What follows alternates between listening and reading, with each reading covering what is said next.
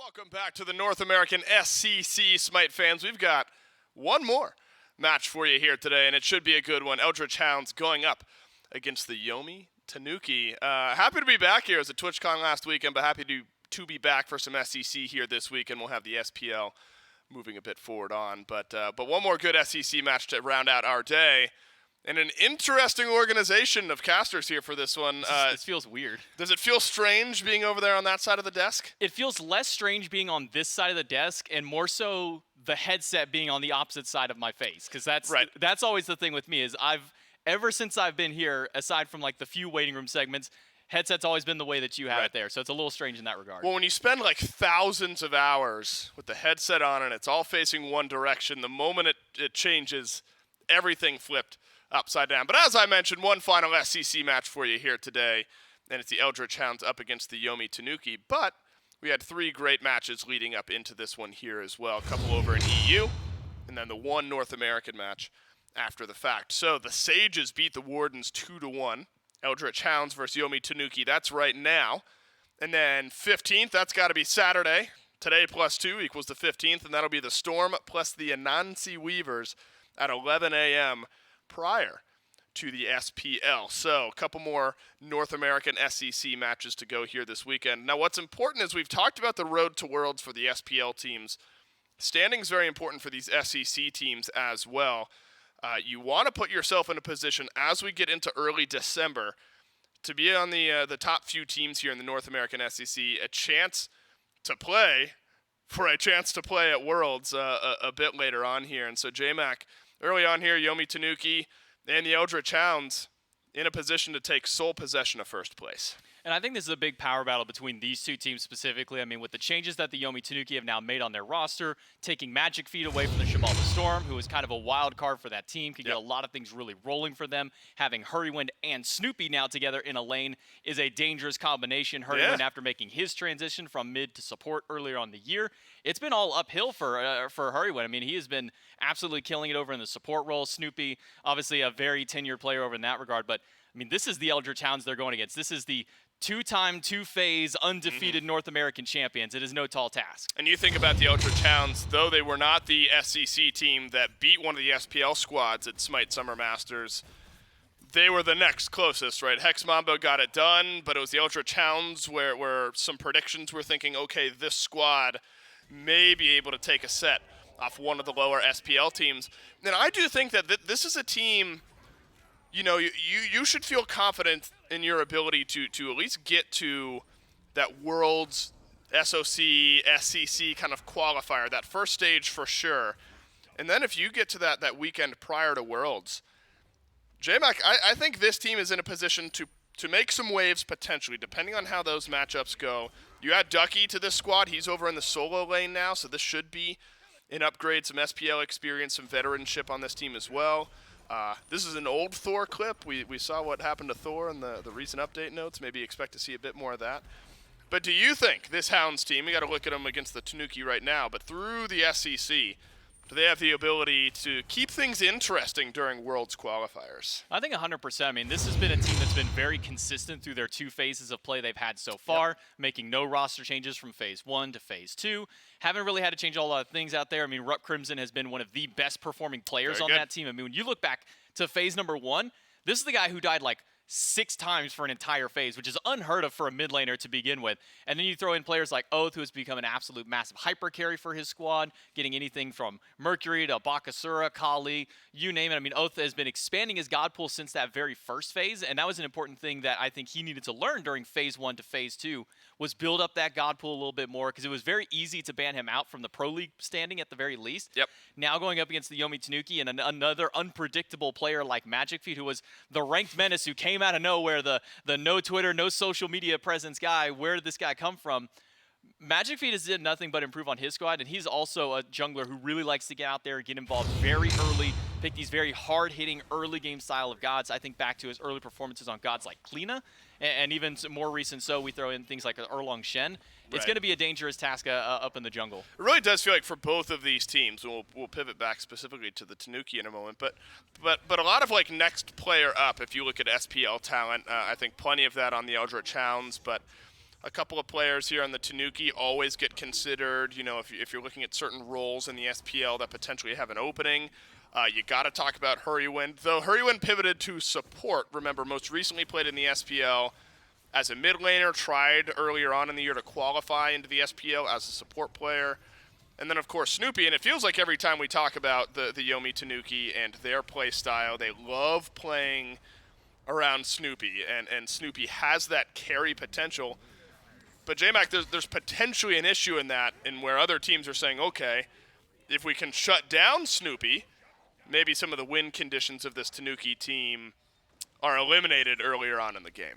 And I think that's why this new incarnation of the Tanuki roster is actually more powerful than what it used to be. It used to be, shut down Snoopy, we're pretty good to win the game. You know, now you have Magic Feet, where Magic Feet was on the Storm, you shut down Magic Feet, and well, now the Storm's suddenly looking a little bit worse. So now that you have at least, and I'm just saying at least because a lot of carry potential between all the players on here, but now if you shut down Magic Feet, okay, well, Snoopy can still pop up. You shut down Snoopy, okay, well, now Magic Feet or even Neu in the mid lane can kind of pop off. So the amount of carry potential that's increased with all the roster changes to the Tanuki is what I think makes them a much more powerful team now. Wonder how the Eldritch Hounds and the Tanuki will prioritize things in picks and bans. We will find that answer right around the corner here in P's and B's for game number 1. Now, Snoopy has played a couple of interesting picks, if my eyes don't deceive me, and the replays didn't. A couple Chronos games last week in Snoopy's matchup, so I suppose magical ADCs back on the menu. And Hurrywind sat down with us a bit in the SPL last week and provided some good insight into pro-level picks and bans here as well. So week to week, we'll keep our eyes on how the meta changes throughout the SCC. Bans starting to roll through, though. Remember, Hades rocked the world in the first week or so of the SPL here in this phase. Still in a really good spot, but teams may be realizing worthy of bans more often. I think that last ban right there is the one I was looking at the most. When you look back at Dude Man Bro's history, it's 5 games of Cupid in a row with an Artemis kind of sprinkled in there. A loss in the midst of that. That was against the Valks back in the Masters. But Dude Man Bro is one of the few players alongside Snoopy who was playing this Cupid before it ever became meta. It was well, let's just have some fun. I'm going to throw Cupid out there for Dude Man, and he's going to just pop off no matter what. So seeing that banned away and leaving the priority of something like Yamoja up makes it a kind of a difficult choice. Do you make Dude Man Bro less comfortable? Do you take him off that meta pick and then risk something more high performance like the Yamoja, which I don't know if that's the call that I would have gone, because Yamoja right now with Fey Blessed Hoops being in the meta as far as that's concerned, and then when we would throw things like the Guan Yu and the Soul Lane, obviously that's been banned away now, makes her such a dangerous guy, not just because she can heal everybody, not just because the heal also provides a shield, but now you can pick up an additional shield along with it when those hoops are on the ground. So I think this Yamoja first pick is massive for the Hounds. I mentioned Chronos, a couple games in a row for Snoopy. Looks like it'll be a 3rd game in a row in the SEC on Chronos. And look, Miff and I were at TwitchCon this past weekend, tried to keep tabs on all the SPL games, have now caught myself back up. Naja seemed to get a bit more play in the SPL this past weekend. I also saw Cernanos getting talked about a pretty good bit. Are these now mainstay style picks in your eyes, or maybe one-offs depending on the team that's playing? I think at least as far as Naja is concerned, there's enough flexibility with this god. Mostly going to be in the jungle, obviously. That's where a lot of the players are looking towards. The extra protections he got from his ultimate made him a very enticing god to go through. The buff to his sash as well, very nice. But with Cernanos, it's kind of back and forth because we saw him mostly get picked up in the mid. I think that was Dardes on the Pro League who was picking that one up. The only real adjustment that he got was the buff to his Bramble Blast. He got an extra initial burst damage and then some extra tick damage. So it did make him not really an ability-style hunter, because he's not really known for ability, especially when you take in that change of seasons at the very beginning of his skin, that first ability into account. But I think for sure, until we see changes to either nerfing some of the items that make Naja really good or a direct nerf to Naja, I think that we're going to see Naja and maybe a little sprinkles of Cernos here to stay at least for a while. All right, so Tanuki get Ratatosker, Naja, Chronos, Erlang Shen, and Neath. Okay. Maybe it's obvious what the support pick is going to be. It's not to me, so maybe in game number 1 it'll just get laid out here for us as the Tanuki and the Eldritch Hounds do battle in game number 1. Remember, both of these teams at 1-0 in the standings, and with Worlds just around the corner, got to give yourself the best opportunity possible to stay in those top few teams here in the North American SEC. You'll battle it out over the course of a weekend in early December. And then a couple of North American teams, a couple EU teams will play the weekend prior to Worlds. for a chance to play on the world stage. And so it ends up being a Naja support for Hurrywind. J-Mac, are you buying stock in this? I mean, well, we saw a decent bit for the Dragons, and the only reason that was somewhat curious is because it was Pagon who was playing it, but that was at least still a jungle pick. I suppose they're CC and lockdown here. Yeah, so Naja support used to be one of the few assassins back in the day that was being run that role. Fenrir, Naja, Serket, kind of the three mainstays of the support assassins, quote-unquote, there. And so when you dip back to kind of the invade meta around Season 5 before Invader's Curse became a thing, Naja was very prevalent because you walk up and you ring bounce a buff, and now all of a sudden you're not only trying to steal the buff, you're also damaging the enemy god, shreds the protections, get a lot of damage output in that regard. Still some merit to that just because early level on, having that cleave on your final swing of your auto chain is nice for clearing minions. Ring toss is just going to be great for early prot shred. But going back to the buff that he just recently got, which was the extra protections, whether you land or miss that ultimate, has made him so much more enticing. So he's already going to build tanky. Now he just gets a little bit of extra tankiness there. I mean, the setup that he has, especially for his team, I mean, take someone up into the sky, you have a World Weaver ready to come along with them. Yep. So much global presence between that and then Snatty as well in the Ratatosker. I'm still buying stock in Naja support, but I need someone to prove that that stock is worth it so far. Yeah, it's a great point, especially the global point. And I think that's a good opportunity here for the Yomi Tanuki. Of course, Snatty. Now, over on the right side of the map, you're over in the solo lane, you have bees, you don't have teleport, so it's going to take a bit longer, you'd assume, to get that Ratatosker in the fight. But come team fight time, I mean, the Hounds, they really got to try to be mindful with ward coverage where everyone on the map is at any given time. And I think early on, J-Mac, where those World Weavers land from Nehu is going to be the thread to follow here. I mean, 4 sets of beads on the Eldritch Hounds. But Erlong Shen with a taunt, and you mentioned the sash and the windfire wheels, and the dash away by Dude Man Bro. The last zap of the scepter kept things interesting there. There's your lockdown here over in the duo lane. But Nehu should have some targets here to help set up the rest of the map for some early ganks with that Neath ultimate at level 5. And that's always kind of the problem that Naja has had was beads. Beads and Magi's Cloak specifically have been the two biggest counters that got. It's part of why we saw him fall out of favor so heavily is when everybody's picking up beads or Magi's Cloak was so meta that you just picked it up even if there wasn't a whole lot of CC out there. Because those two items effectively shut Naja down. You get the sash and you wait. You can always play that game of cat and mouse with Naja. It's, okay, they sashed me. Are they going to ult me this time? Are they not? Are they just trying to beads bait? Well, when you throw in things like the Magi's Cloak, which has gotten the recent glyphs on, have made a very popular item, it still makes it difficult. But if you can get situations like that where you just get a free early beads with a ring toss combo, that's what makes this god so potent, and that's what's going to allow the rest of the cast, especially players like Magic Feet and Nehu with their ultimates, are going to be able to really get that setup that they need in order to get those kills. Yeah, fantastic value from Hurrywind already. 2 sets of beads down over in the duo lane. Nehu at level 4, so you're going to have, you know, sort of a small window, but a window nonetheless if you want to send a World Weaver over towards left in the next couple of minutes. Now, of course, Quig with the Emoja can sustain up just fine here in this lane. Dude Man Bro as well. And the Riptide needed.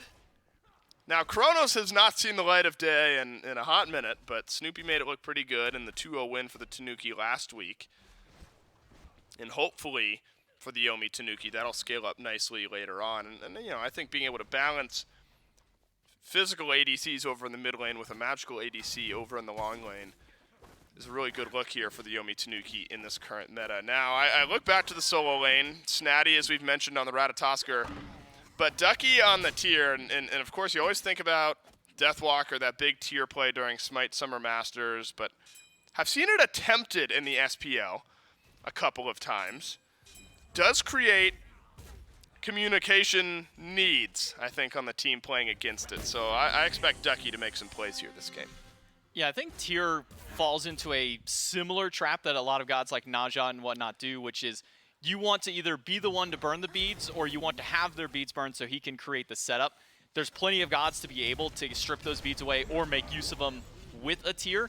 The problem has always just kind of come down to how does his build path go. For a while there was the movement speed tier, then there was this kind of hybrid, I'm going to build some base, some power in the build a little bit of defense. So there's always kind of been this back and forth with tier over the course of his lifetime and over the course of the history with that god of how do I build him? What kind of comp does he fit into?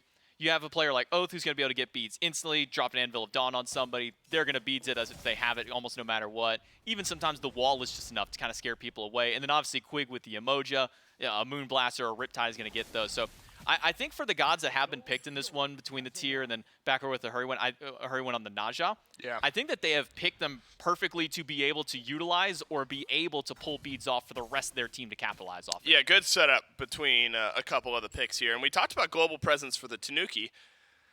Gotta talk about it for Oath here. Mentioned a bit about Thor and upcoming tweaks to some of the numbers and utility in that kit, and so maybe expecting to see a bit more Thor.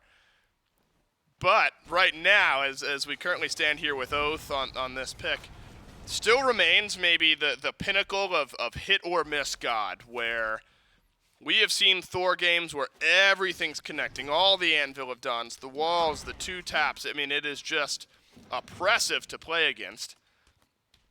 But then we've also seen games where everything seems to be missing, and Thor just feels so terrible when none of that's connecting. Already he uses an Anvil of Dawn here as the ultimate. The diamond now empty, but looks like just a bit of damage under Nehu, who will not let the World Weaver fly. And so I was hoping to see some early Anvil of Dawns, and at least like seeing Oath getting somewhat aggressive with it here in the first 6 minutes. Mostly just trying to get some pressure in the jungle more than anything else out there. I mean, the Greater Scorpions spawn in at that time. Yep. Make sure that you can deny the enhanced buffs over to the enemy team. Remember, once you do grab that Greater Scorpion, every single one of your buffs gets a little bit of a bonus. You either get a little bit more CDR or a little bit of extra life stealer power, a little bit more damage to your auto attacks, things like that. So being able to deny not just the enhanced buffs, but also the global gold and the XP that comes from being able to drop those Scorpions, making sure to keep that one away, try and keep Magic Feet down, deny him farm in the jungle. Mostly what Oath is going for on a play like that. But I think it's also just to show that even though he's not going for a lot of CDR early like we see out of Assassins, even though he doesn't have the most, still trying to at least show some face on the map. Well, Quig has beads, but you have to use them for one of the million things that's about to hit you here. World Weaver just gets eaten. Sash also eaten. Beads finally get used, but what an ultimate from Dude Man Bro. Windfire wheels onto the Yemoja. Double taunt in as well, and there was just simply no chance for Quig. Snoopy, the one who strikes pay dirt. But now the Tanuki have used a lot to try to initiate. Hurrywind receives a nice burst of healing. Oath dunked down, though, by Magic Feet. Here's a shotgun blast from the Thoth, but it's not enough, and Snoopy's on a warpath. Stun avoided by the beads, and what a run here from the Yomi Tanuki. Every ounce of value possible gets found in a 3-0 swing in the first 7 minutes. Hurrywind played that absolutely perfectly. Yeah, that was great. Waiting out the beads the entire time until he just had the line ready, brings up the Quig into the sky with the ultimate just to be able to buy the rest of his team time to get there. And that's part of the reason why Naja and gods like that can effectively take a god off the field for a while. You think also Heimdall, Kumakarn in that regard. You're buying time for your team to close in and gave Magic Feet the perfect opportunity. And you saw the damage wasn't very high. You're not getting the Naja ultimates in support for damage. You're getting it to set up for the remainder. That gave Magic Feet time to get a double taunt on the back. Snoopy had the double stun immediately after. And then we see the rotation from Crimson coming in, but Crimson missed almost everything on the way in. Had to use his dash defensively to try and get back.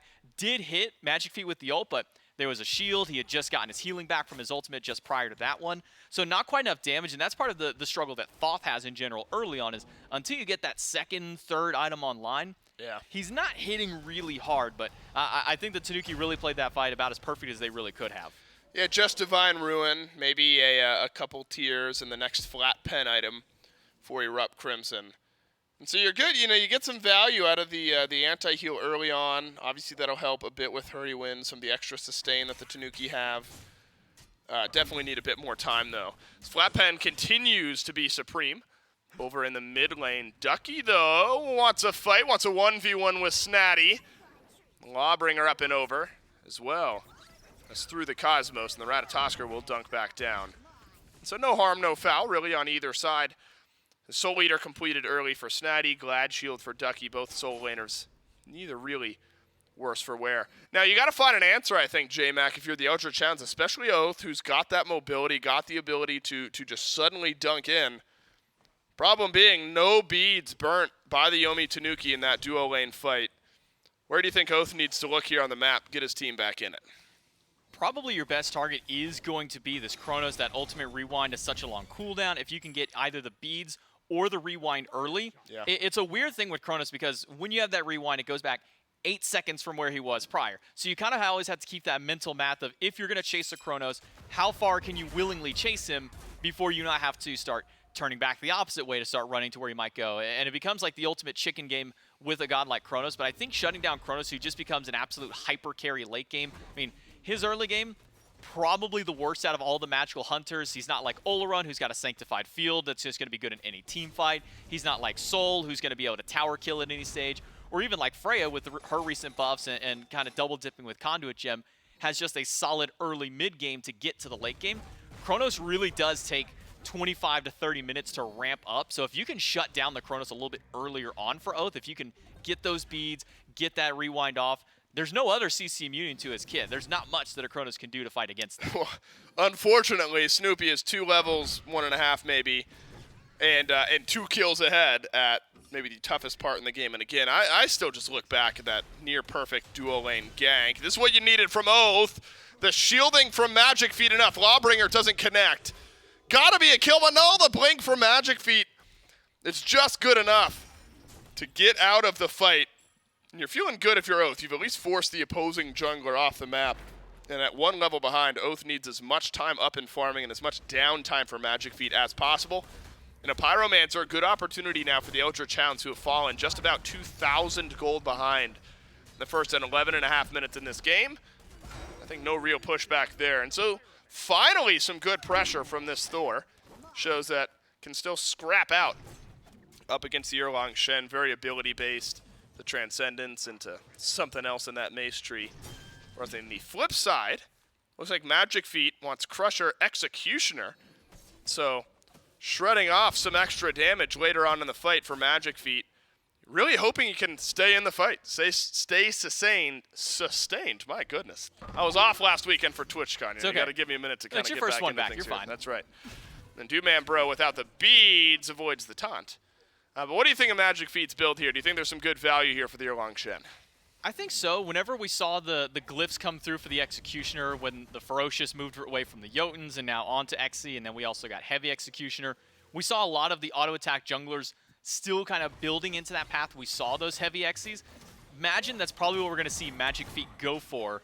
So we don't see really anybody from the Hounds able to get in. Perfect zoning by Hurrywin, putting himself so far out of position. He might die here, but at the end of the day, this is worth it for the support. They're able to get the Gold Fury and actually might even just be able to get out. But Ducky has gone in with the Lawbringer and the pin from Magic Feet. So skating away is the Naja. Looks like, yeah, we'll be just fine. So a great swing for the Yomi Tanuki. Remember, lost the Pyromancer just a couple minutes before that, but have re-extended out that gold lead, another 500 gold or so. So a fantastic look for the Tanuki, who flexed the map control just a little bit. And Hurrywin continuing to have a wonderful game number 1 here on the Naja. Now you do see a little bit of pressure over in the mid lane. Should be a tier 1 tower over to the Eldritch Hounds, and it is indeed. Really a good back and forth right now from both of these squads, playing the map just about as effectively as they can. Now the chase down is on from the Tanuki. Ducky locked in place just a bit, but able to hold on to the beads. And the River's Rebuke from Quig, good enough to usher out the rest of the team. Hurrywin wants to find Crimson, though. A good sash should put him down, or any kind of CC. Crimson does lose the beads. We'll fire the ult, but what a Riptide thrown out by Quig right against the wall to pull Snatty away. Oh my god, this is just a game of being relentless right now. The Tanuki on the chase, and Magic Feet with the pin gets the kill, but the last tower shot hands one over to Quig. That's tough. The Emoja picking up the 2nd kill of the game. Now you hand out some assists to the rest of the team, but you would have loved that to fall on maybe literally anyone else that was remaining on the map, but at least a decent answer back. And a nice chunk of gold flows back to the Eldritch Hounds as well. And map state-wise, also important for the Tanuki there. They're able to knock down the tower over in the mid lane. So they go tower for tower, Gold Fury for Pyro. And ultimately not that massive of a swing here in game number 1, but still just tangibly feels like the Tanuki are the ones in control. and continuing to flex that control until the first big anvil of dawn from Oath catches Snoopy a bit off guard. Hurry went a little too late on the rotation. It looked like the Naja or the Neath ult got body blocked by somebody within the jungle at the time because it was set to go on to Dude Man Bro. And I think that's why Snoopy decided to play so aggressively there. It says, okay, I've got backup from my team. No matter what, even if I make this a one-for-one trade, still somewhat worthwhile at the end of the day. Unfortunately for him, that Neath ult did get blocked, and then it just was an easy turnaround fight because Oath able to make his dunk in there. Still lacking a little bit of the CDR to get the most value from those ults, but finally we're starting to see Oath make those impactful punches with those ultimates, and that's what you need from your Thor. Yeah. Early game, you miss one or two of them, no big deal, as long as you're kind of setting up, getting your team ready to grab a neutral objective, grab a Scorpion, grab a Pyromancer. But when it comes down to these late game fights and these real late extensions as you keep moving in, those Thor ults are going to be very impactful, and if you miss even one of them, if you dunk in the wrong spot, you go a little too far back in enemy lines, or you're just a little too short, you either miss out on the damage of being able to deal the damage to the enemy team, and now you have to use the rest of your kit to get back in there, or you dunk too far in, and now you have to use the rest of your damage to get yourself out of the fight. So that's why this Thor pick has been so volatile at pretty much all stages of the game, is because you have to be almost perfect at all levels of play and at all stages of the game to really get the same level of impact that you can get from a Thor as, say, a god like Ratatoskr. Right, and you look at the one-tap potential, I think, later on in this game, when that Thor build is fully completed, none of the backliners are safe from just being absolutely crushed by Oath. Now, if you have beads, you have Aegis, makes your life a little bit easier. Rewind, of course, as we've mentioned, for Snoopy, and so Oath is going to have to pick those targets properly. And hopefully, you know, Ducky and maybe Quig and potentially Dude Man Bro have gotten some of those sets of beads down. So lots of give and take to be had later on. Oath, more recent target now over on the right side of the map. Snatty, my goodness, taking a mountain of damage. Dashes away, has the ultimate, gets up onto the branch. Triple dash away should be just fine. But now the ebb and flow of pressure flows for the Eldritch Hounds. Should be the next Pyromancer down for the Order side is indeed. And a big gold comeback for the Eldritch Hounds. Have just played the map a bit more effectively. Now even up the gold a bit ahead in the experience department. This next Primal Fury here in the next 20 seconds or so going to be the first major pivot point of the game. I mean, getting that first Gold Fury, the earlier the game is, the less value the gold is. But as we start moving a little bit further in, Primal Fury, Oni may be the least valuable, probably in the first 20 to 25 minutes of play. It's not until you get at least a couple of towers knocked down that one really becomes the major. But this Primal giving you that extra damage to everything in the jungle, aside from enemy gods, just all the neutral farm, at least within the jungle. And also a little bit of protection up against it does make it easier to burn down fire giants, makes it a little bit easier to tank them up as well. Yep. So that's become a major point for a lot of these players to kind of battle around early on. As far as the Eldritch Hounds are concerned, I mean, they've got all ultimates up. Snatty's going to be a little bit less safe, doesn't have a teleport to get to the side. So at the moment, this is a 5v4 power play that the Eldritch Hounds should be willing to take. You got to think it's obvious, though, that both teams have their eyes on the Primal Fury. Should not be snuck away. But you don't want to drop a kill early on. Magic Feet gets stunned in place. Double taunt, and the burst of healing is through, but the Divine Ruin limits it. Magic Feet dodges out just enough, and he lives, but at what cost? It's Oath wreaking havoc in the back line. The Eldritch Hounds have completed their dive. They have split the fight. Hurrywind and Magic Feet off on one side. Nehu and Snoopy being dove on the other. And it's got to be a desperation sash in. Down goes Hurrywind, and what a fight. A 3-for-none from the Eldritch Hounds. I mean, not just great play by Oath, but also by Ducky, who, as you mentioned, separated that fight out. You had the one fight happening right by the dual lane. You had the other one that's happening all the way up by the green buff that we only caught the tail end of.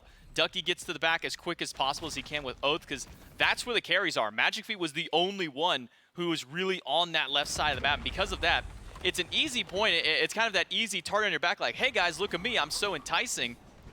But it was just the dual lane of the Hounds who were over there to deal with anything, and you have Erupt Crimson going back and forth at any point that he needs in the fight. Do I need to use my long range to help out Ducky and Oath? No, I can instead drop a glyph down, dash over to where the rest of the fight is. Sure, they don't get the kill on Magic Feet, he's able to squeak through, but they still end up picking up the Fury and getting 2 kills off the tail end of that. And this is what makes the Eldritch Hounds a dangerous team, is they understand that, sure, the early game might kind of suck for them sometimes. They might not have a great early game. They might have a phenomenal early game. But when it comes down to their team fighting, players like Crimson know exactly where he needs to be for a fight. Do I need to be all the way in the back with my carry? Do I need to be diving the back line with my other carry in Oath? Do I need to be jumping in with the jungler, with the solo laner? Or do I need to be in kind of this middle ground kind of an area where I can go back and help the carry and help Dude Man Bro out if I need to be there? Or can I dash up ahead in that regard? So I love the positioning that Crimson's been having these last couple of fights. Oath, World Weavered. This actually is now a reinitiation potential. Sure, you technically force the ultimate, but the Anvil of Dawn could have been used. High enough health percentage for Oath, but will end up backing away. Pyromancer also not up, but a 5v4 potential for the Yomi Tanuki as Dude Man Bro on the Kern headed back to base. We are within that threshold now at 20 minutes. Either of these teams can absolutely shred the Fire Giant. Of course, you'd love the Primal Fury, which is what the Eldritch Hounds grab as well. It's about a 2,000 gold lead over on the right side of the map. Haven't seen much yet from this Ratatosker. Feels like Ducky's found great value on the tier as far as zoning potential goes. But again, enough damage in that build with the Soul Eater can make life uncomfortable for the backline. But I agree with your point there about Crimson. Far too talented of a player to fully be kept out of the fray as this game goes on. Double flat pen into the Soul Reaver. Though a bit more aggressive in their positioning are the Yomi Tanuki. Looks like ward coverage potentially benefiting them here as well. Magic Feet considering the taunt and a root from Crimson. But watch out, Hurrywind rotating left as well. Through the Cosmos for Snatty. A lot of disengage here from the Eldritch Hounds, not liking what they're seeing on the map. Not great positioning from the Tanuki in this regard. Hurrywind's ult is out and the rivers are up. Yeah, how many times have we seen this? You chase him in, but then the Eldritch Hounds simply turn it around. Snoopy too far in. And a final judgment from Crimson deals the killing blow. And now the Yomi Tanuki dunked on. That's what you needed, the Anvil of Dawn. And hello and goodbye in one fell swoop from the Eldritch Hounds. Another 3 for none. I was so surprised with how far forward the Tanuki were. It's because the Eldritch Hounds can do just that. They'll flip it around. Dude Man Bro will heal up with the Fire Giant. Ducky's got to zone out Hurrywin. Nobody's keeping tabs on Snatty, but I don't think he's going to be able to make it in. And again, all this fight starts because Magic Feet and Hurrywin both leave the rest of the Tanuki to try and chase out Crimson, who was already far and gone out of the team fight. I mean, he was all the way back at the red buff, found the root onto Magic Feet to keep him out. And with Hurrywin's now pulling himself out of position, you saw 3 of the Tanuki sitting in the jungle. Ducky jumps over the wall with the rest of his team, and all of a sudden now Hurrywin's the one caught out. Makes for a very easy Rivers Rebuke to catch out Snoopy. And as mentioned, once his relics are down, once that rewind is gone, Snoopy's a sitting duck. I mean, Kronos isn't very healthy, doesn't do a whole lot of damage until his items really start coming online. So he's not able to fight back even with all the lifesteal that he has in the world. There's just enough anti-heal on the other side to where effectively all of that gets mitigated. So it becomes one pick after another. Hurrywin's never able to make it back into the fight to really help things out. And Magic Feet never really got to get much off during that fight. You know what's tough for the Tanuki is outside of one traded back kill. There was 3-0 in the kill department after the fantastic duo lane gang from the Tanuki. It's now 9-4. There's been a 9-1 kill swing over the last 15 or so minutes of game number 1 here, and it's all been for the Eldritch Hounds. The Tanuki simply just unable to convert the 3-kill swing early on and to really anything later on in the middle of this game. Too much mobility and lockdown. Oath has really started to play well, and a couple 3 for nones now turn into a Fire Giant, the largest gold lead we've seen so far here in this set.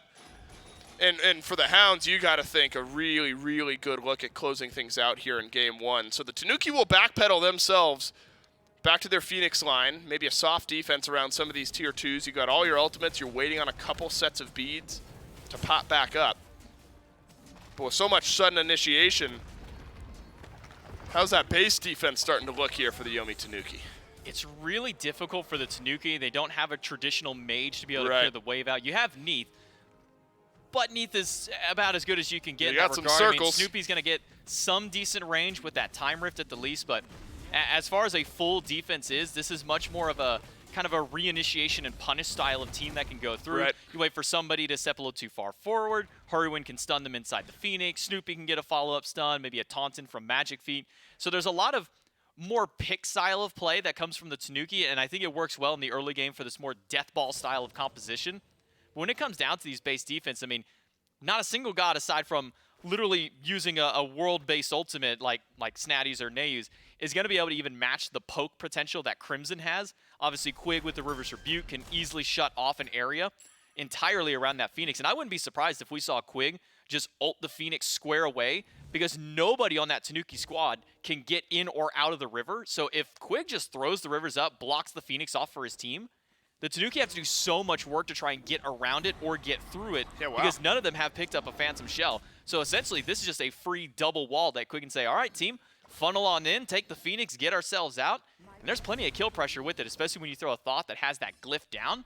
Doomman Bro's got to be hitting this Phoenix for over 200 in auto at this point. Yeah, super surprising that you mentioned that now, that no Phantom Shells for anyone on the Tanuki, I suppose. If you're Hurrywind, you're hoping that a Windfire Wheels delays things out, maybe a rewind from Snoopy. I mean, you never want to use your ultimate just to disengage, but a good enough River's Rebuke from Quig is going to force just that. Same for Snatty, Magic Feet, just sort of in trouble if the Erlong Shen is caught in the middle of a wall. So you got to imagine just one big ultimate from Quig suddenly limits anything that the Yomi Tanuki are hoping to do. This is where Crimson, this area right here is where Crimson can do a lot of damage. To your point, J-Max, simply not enough return poke damage from the Yomi Tanuki, though. Oath will go up. The Anvil of Dawn searching for a carry and just narrowly avoids both, but the hammer right back out saves Oath's life. Magic Feet, double taunt, but zero kills. Dude Man Bro snags the damage. Down goes the Erlong Shen. Hurrywind run down by Dude Man Bro as well. In goes Ducky. Crimson adds another. And Oath will not die either. Snatty gonna get dashed on. A double kill for both carries of the Eldritch Hounds. And that'll be game number 1. And what a turnaround from the Eldritch Hounds after an 0-3 start. Snoopy's not even going to be able to get back there. That's just going to be a clean deicide and really a perfect fight out. And that's what I was kind of talking about with the fact that there's no Phantom Shell in the Tanuki. All it takes for Quig is just to drop one river, whether that's in the Phoenix to push them away or on a disengage like we saw there. Everybody on the Yomi Tanuki walked in. None of them have a way to jump over the river. None of them have a Phantom Shell to get through the river at that point. So you catch out 2 easy targets, and then, well, just unfortunate, a Thought is all it takes to really take out any of these carries as well. When was that? That 3-0 gank was what, like 7 minutes into the game? Something like that? Around there. Yomi Tanuki got 3 kills in the first 5 to 7 minutes of game number 1 here. Got 1 kill in the remainder of the 20 minutes, whereas the opposite story for the Eldritch Hounds. Start off blanked, end up going on a 14 or so kill run up against the Tanuki here. That in-your-face playstyle seemed to really work in the first few minutes of this game, but just needed more of it, I think, from the Tanuki. You got off to a good gold lead. You had Snoopy a couple levels ahead. Just needed a bit more time to get that build caught back up. Game number 1 over to the Eldritch Hounds. The Tanuki, though, a resilient squad. We'll see if they can bounce back in game 2 coming up next.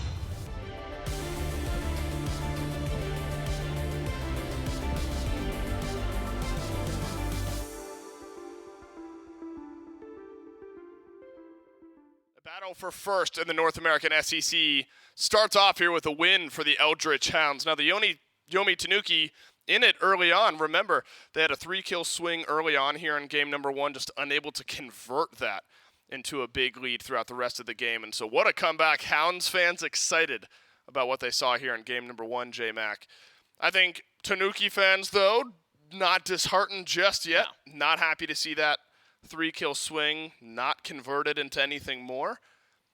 But I think some individual plays that Tanuki fans will be happy with. But ultimately, you got to shine a light on the Hounds, what they did well. That mobility and that style of composition just played so effectively. I think the biggest thing that the Eldritch Hounds did in that game specifically, early on, I mean, they're getting ran at. It's 3-4 people making a rotation to mid or making a rotation to duo lane to find picks. But I think Ducky and Oath specifically I have to really give shouts to in this game. Because, yes, we're sitting at 3-0 here. This is kind of the first time that we see the Hounds get to make a fight back. Actually ends up going to 4. But the entire early game for the first 15 or so minutes, you see it's Ducky at the enemy solo lane, making sure that Snatty is being pushed out, really causing distractions more than anything else, keeping Nayu back. You see Ducky in this fight going all the way to the back line to try and make sure, again, to keep Nayu out, to keep Snatty, to keep Snoopy away.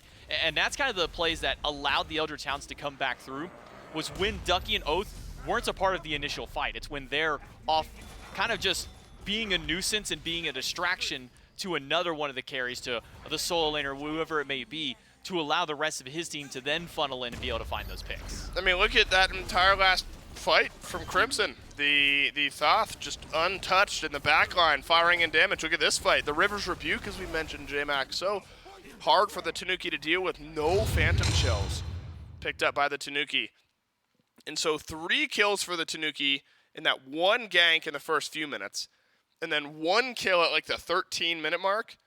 Literally nothing throughout the rest of the game. Not a single kill to be found in the last 10 or so minutes of game number 1.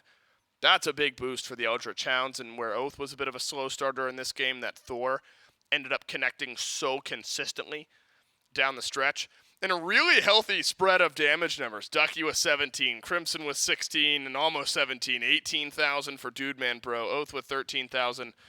And so a real good split here as far as damage goes, where it felt like in any given team fight, one of those 4 players is able to stand up and deal a good bit of the damage. And so the Tanuki now, I mean, that's a difficult game where you feel like you were able to execute a game plan in the first few minutes. That first gank worked out for you. And then the rest of the game, when game plan number 1 didn't work out, there was not really a game plan number 2. And so when you start to look towards picks and bans, do you completely throw that play style out the window? Do you totally redraft, or do you realize that maybe it was just more personal gameplay? Good news is I don't have to have the answer, because P's and B's for game number 2 just around the corner. If you had it your way, though, J-Mac, you're the coach of the Yomi Tanuki. You're saying, squad just got away from us a bit there in game number 1. Are you leaning into the Snoopy Chronos? Are you doubling down on the Naja support? Or are you bringing out something a bit new from your bag of tricks? I like what the Naja was able to do early to kind of Agreed. help the Chronos out. I think that the early game plan of the Tanuki worked out really well. I think the problem mostly came down to once their game plan got figured out by the Hounds, once Ducky realized, okay, if they're just going to keep putting pressure in duo, I'm going to throw pressure in solo. Once Oath realized, okay, duo lane is lost for the first 10 to 15 minutes, I'm going to focus on mid, I'm going to focus on solo and trying to keep these players out of the fight. I think that's kind of where it started to fall for the Tanuki, is they didn't have that fallback of, okay, well, our death ball's no longer working because we're deathballing one, they're deathballing everybody else on the opposite side of the map, and there's not a whole lot that we can capitalize there. I think the Yomi Tanuki were missing out on a little bit of that extra team fight, kind of that extra CC that you can get from a more traditional Guardian or another Warrior out there. Very pick-oriented style, and if they could have kept doing their game plan from the beginning, I think we maybe pushed this game another 5-10 minutes. But I think the biggest hurt came down to there was just nothing to deal with the Emoji wall. If you're not going to go shell in your first relic, you have to pick it up in your second one, whether it's your carry, whether it's your support. Because when all 5 of your players cannot get through that wall at any point, all it takes is, okay, well, now Yamoja has joined the fight. Now we have River's Rebuke available to catch more than just one person.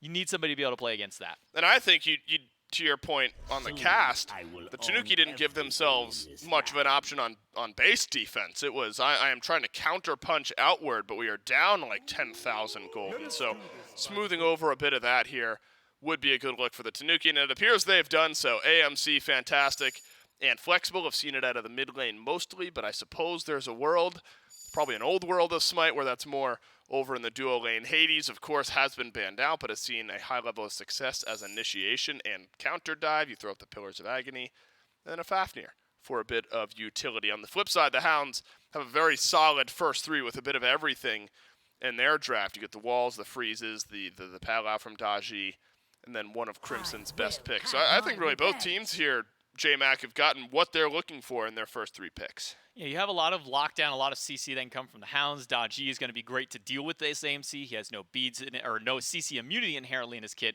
so he is going to be playing the Powwow off of his beads almost the entire way through. Hades, you don't want to have to use Pillar of Agony to get away from Powwow, but sometimes that's just what ends up happening. And then obviously Fafnir, he can transform to try and deal with it in that regard. So you don't have a whole lot of options as the Daji initially, but with the Ymir, with the Thoth, and wildly enough to say, in this last season specifically, Medusa has been really good at taking beads away from people, whether it be from the dash or people are just caught looking at the ultimate. I can't even begin to describe how many more petrifies have actually stunned people this season compared to the rest of the years that have been happening in Smite. Yeah, that's me. I'm getting petrified constantly.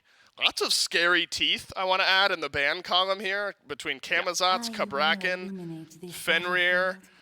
The Raven tier is really freaking me out. Something about those teeth really, really scare me. It's like old style Buccaneer teeth. You know, I am worried about the teeth in the ban column. No real analysis there, but just letting you know that I'm a bit worried about it. Amaterasu, Ishtar, both locked in with the final pick of both of these two drafts. Time for the Yomi Tanuki to bounce back in game number 2. Can they do it? Will we see another game number 3? Remember, this is a battle for first in the North American SCC, and as you get down the stretch, remember, we are just shy of halfway done with the phase. We're going into week number 3.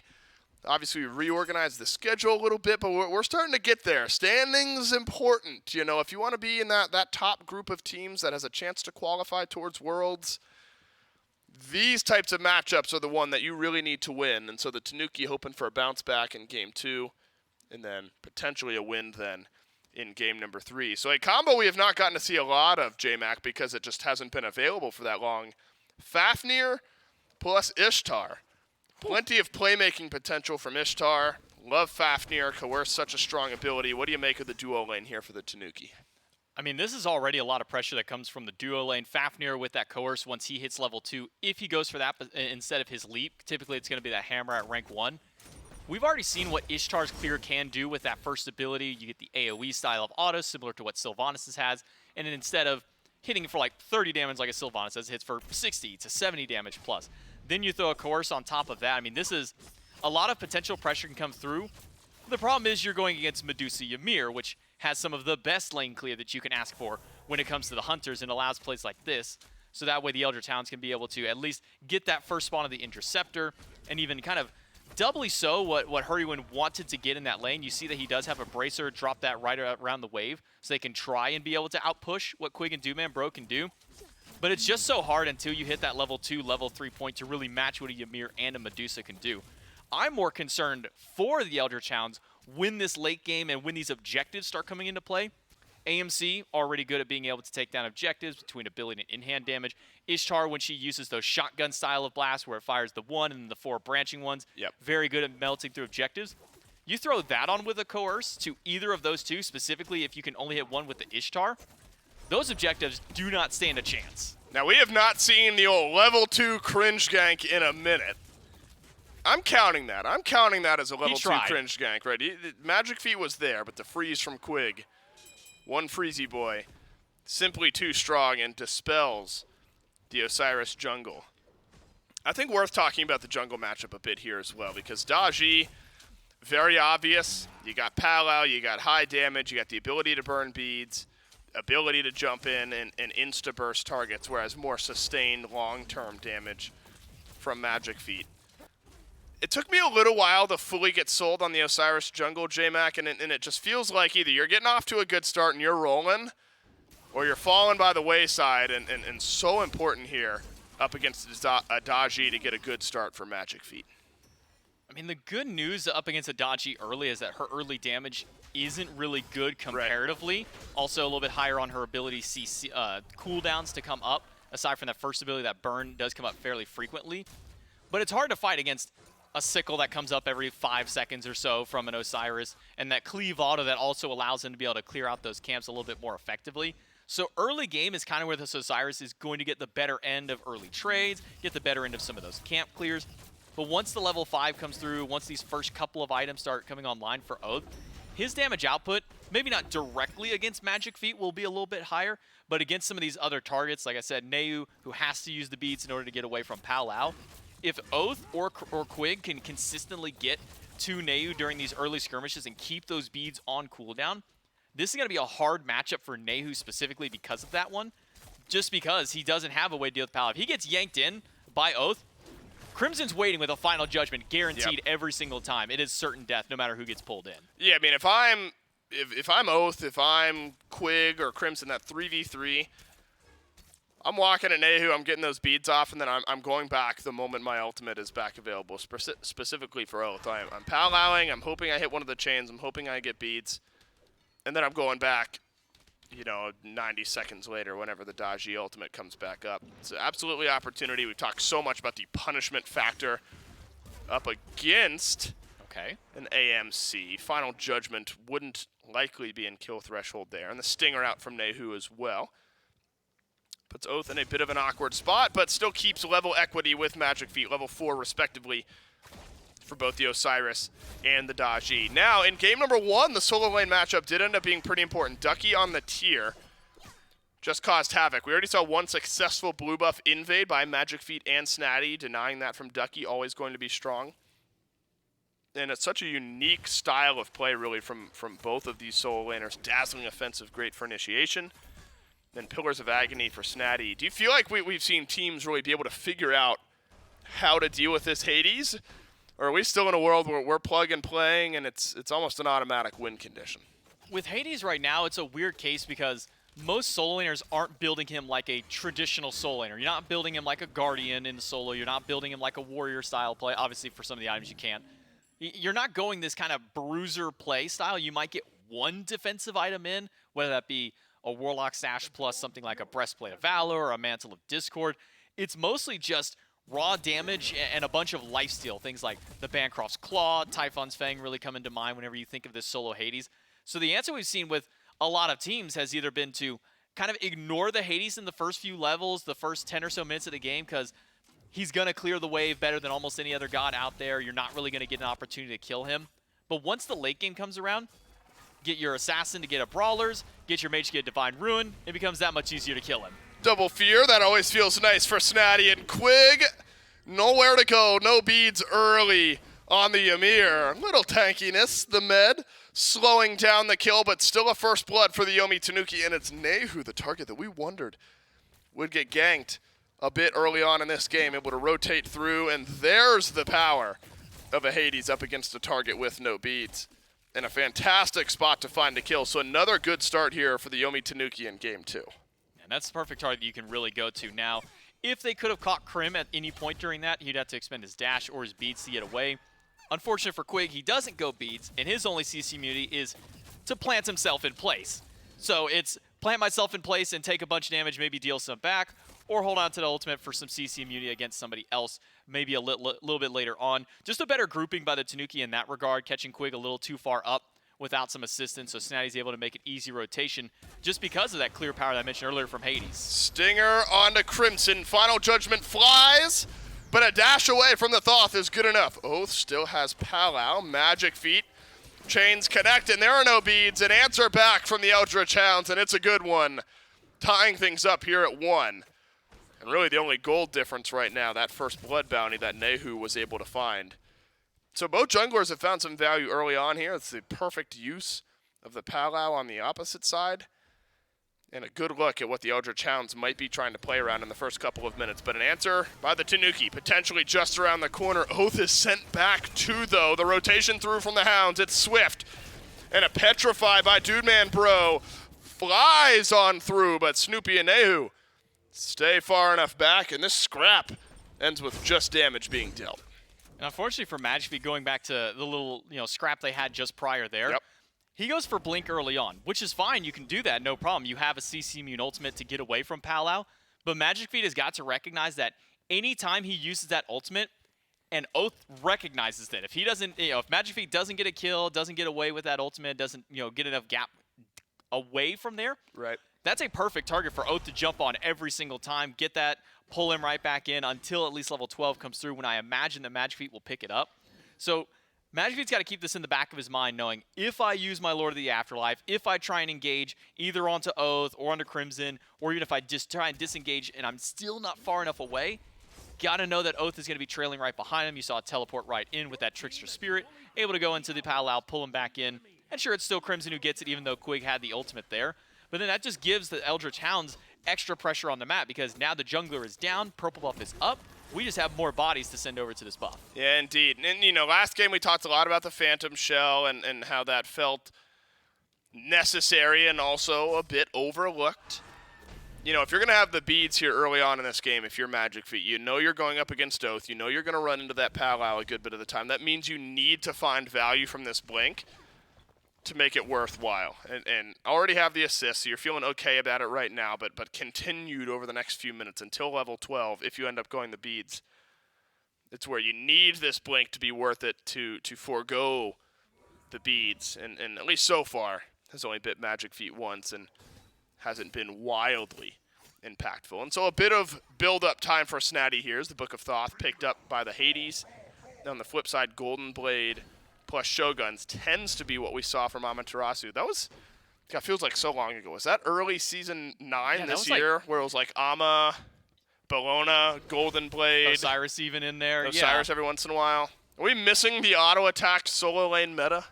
No, I'm not. Yeah, I'm not at all. I hated that because it was always Bellona's with like Frostbound Hammer running me down every game as the support, and I'm sitting here as a Sylvanas trying to crawl away at this point because I'm moving at negative movement speed at that point. No, I was actually just about to point out that it really feels like Ducky's kind of going back in time with this kind of a build. I mean, we've seen the Golden Blade become a little bit more popular, but now Nehu in danger. Nehu doesn't have beads for 5 seconds. That is unbelievably unlucky. And Crimson nails the final judgment. The Hounds with a second. Oath, though, could be the answer back. Sure is. Hurriwan steals a Greater Scorpion a moment ago, then now takes a kill for the Yomi Tanuki. And here's your reinitiation. Enough of it used onto Nehu. It's put the Eldritch Hounds on the back foot, and the Tanuki rally to the tune of a double kill for Snatty. And no dive onto Dude Man Bro, but a 3-for-1. The Tanuki just fine, and it looks like Gold Fury to go after the fact. And this is a lot of what the Tanuki were missing in game number 1, that AoE CC, that reapplyable CC, more than anything else, multiple times during a fight.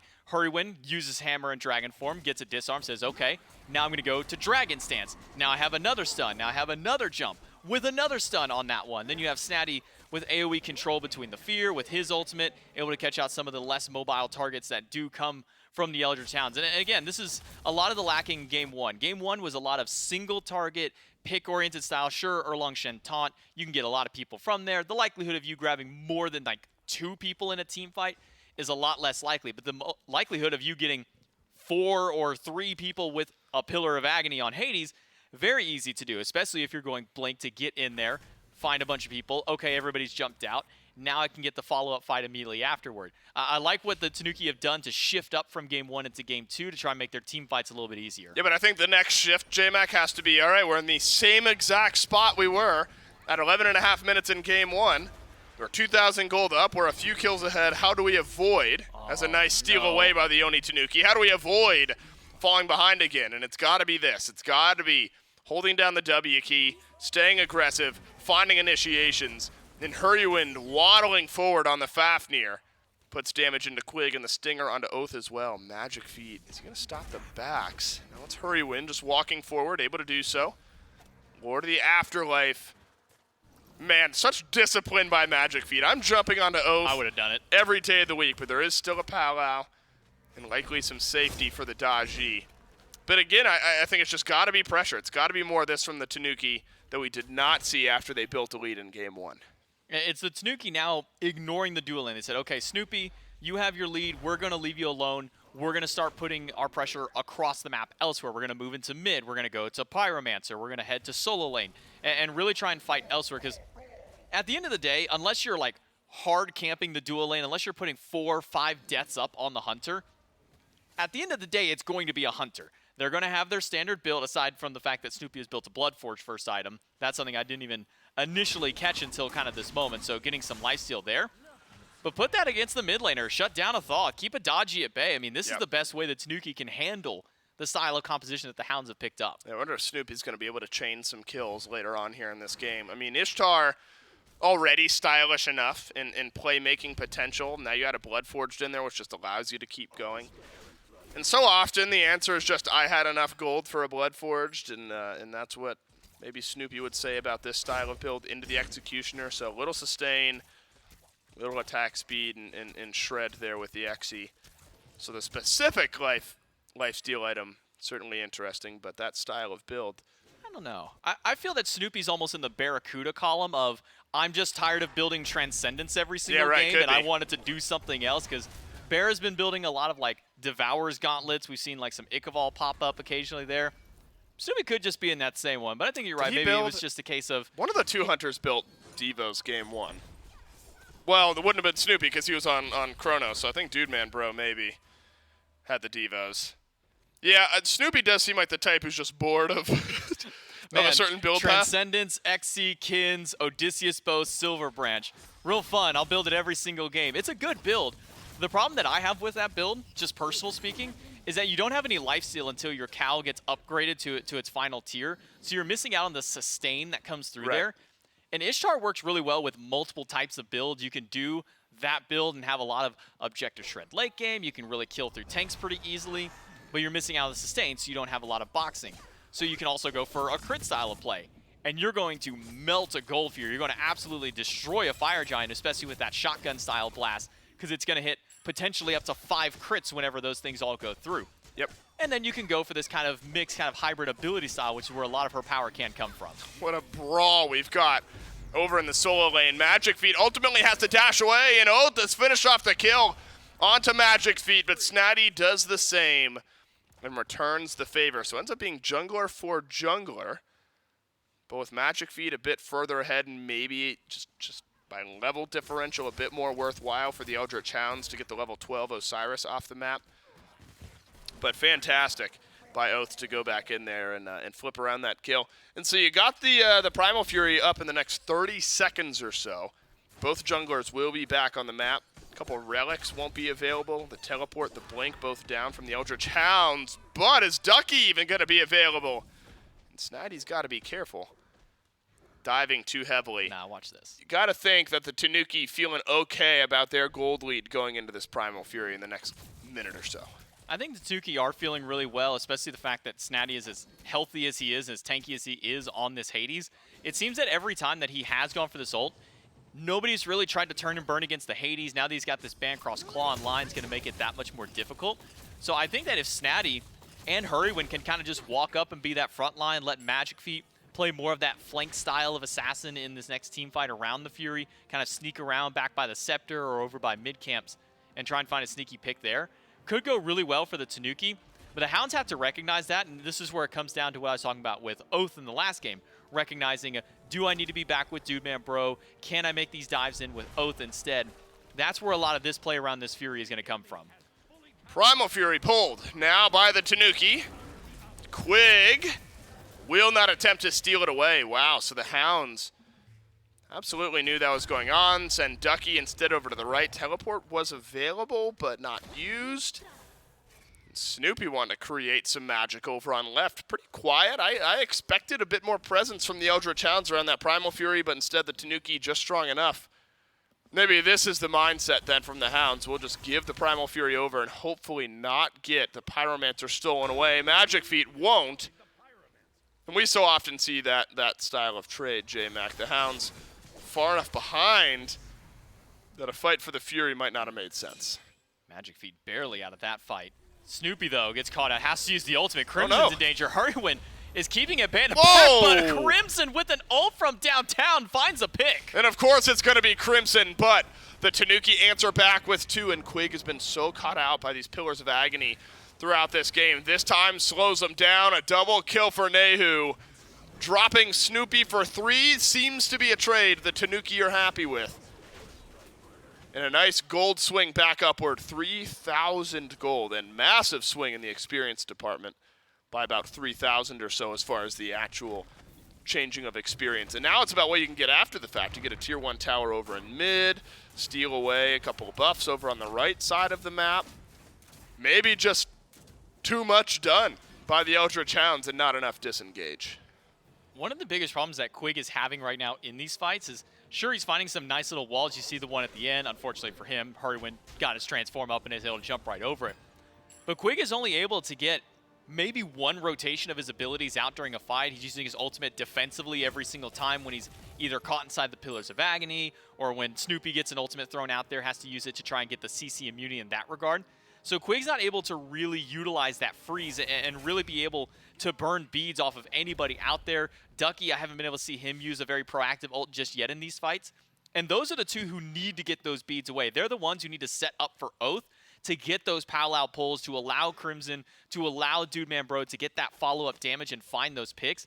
But Quig's not able to get to the backline and do so. He's being stuck by Snatty every single time. Magic Feet is playing perfect gatekeeper there.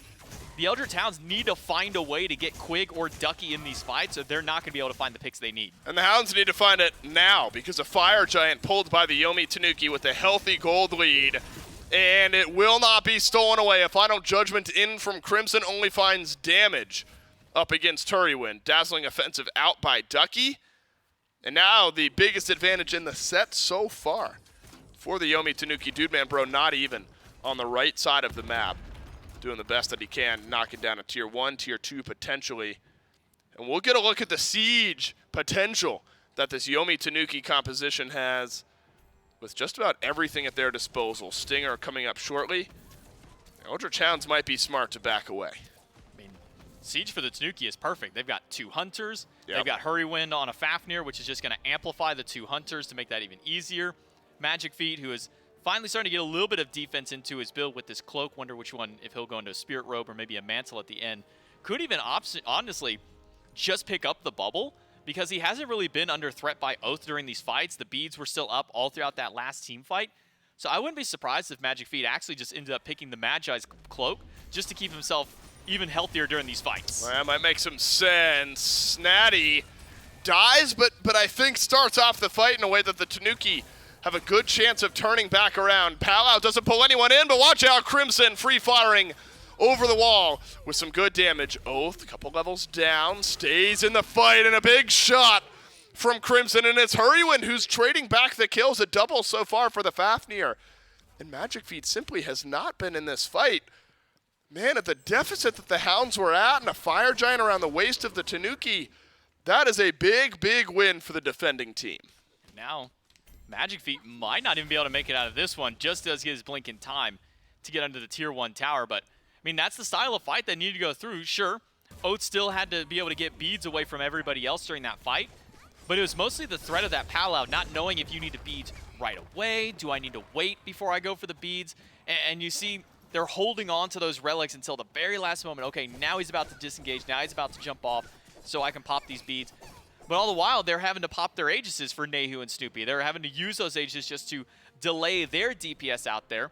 Not a whole lot of sustain in the kit, at least for Nehu. He can only reliably go off of the Hives, which are giving him about 12 HP per second during that, if he's even lucky with the amount of anti-heal that's out there. So this is finally the engagement the Hounds need.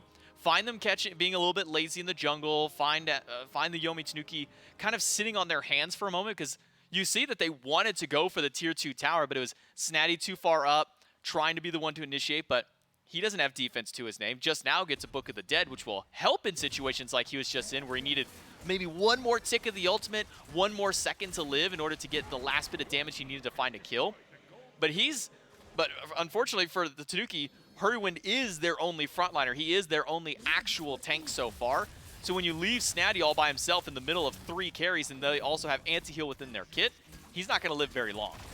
No, it's about as good as it gets with the Eldritch Hounds. Now the problem is that the spark that ignites the comeback, or are the Yomi Tanuki just going to do a bit of this? Crimson nearly one-shot by Snatty, but instead Snatty, the one being one-shot. The Tier 2 tower drops on the left side of the map, and the Yomi Tanuki able to get something, but that's now back-to-back fights. Both deaths that Snatty has here in this game, potentially very impactful and at the wrong time. The previous one effectively started off a losing fight, and this one gives one kill over to the Hounds, but maybe the Tanuki happy just picking up the Tier 2 tower over on the left side of the map. But my big takeaway there, J-Mac, the mountain of damage that this hi-rez still can do. Crimson just absolutely chunked through. Feels like a matter of time before that is surrounded by teammates, and a really good luck for the Tanuki.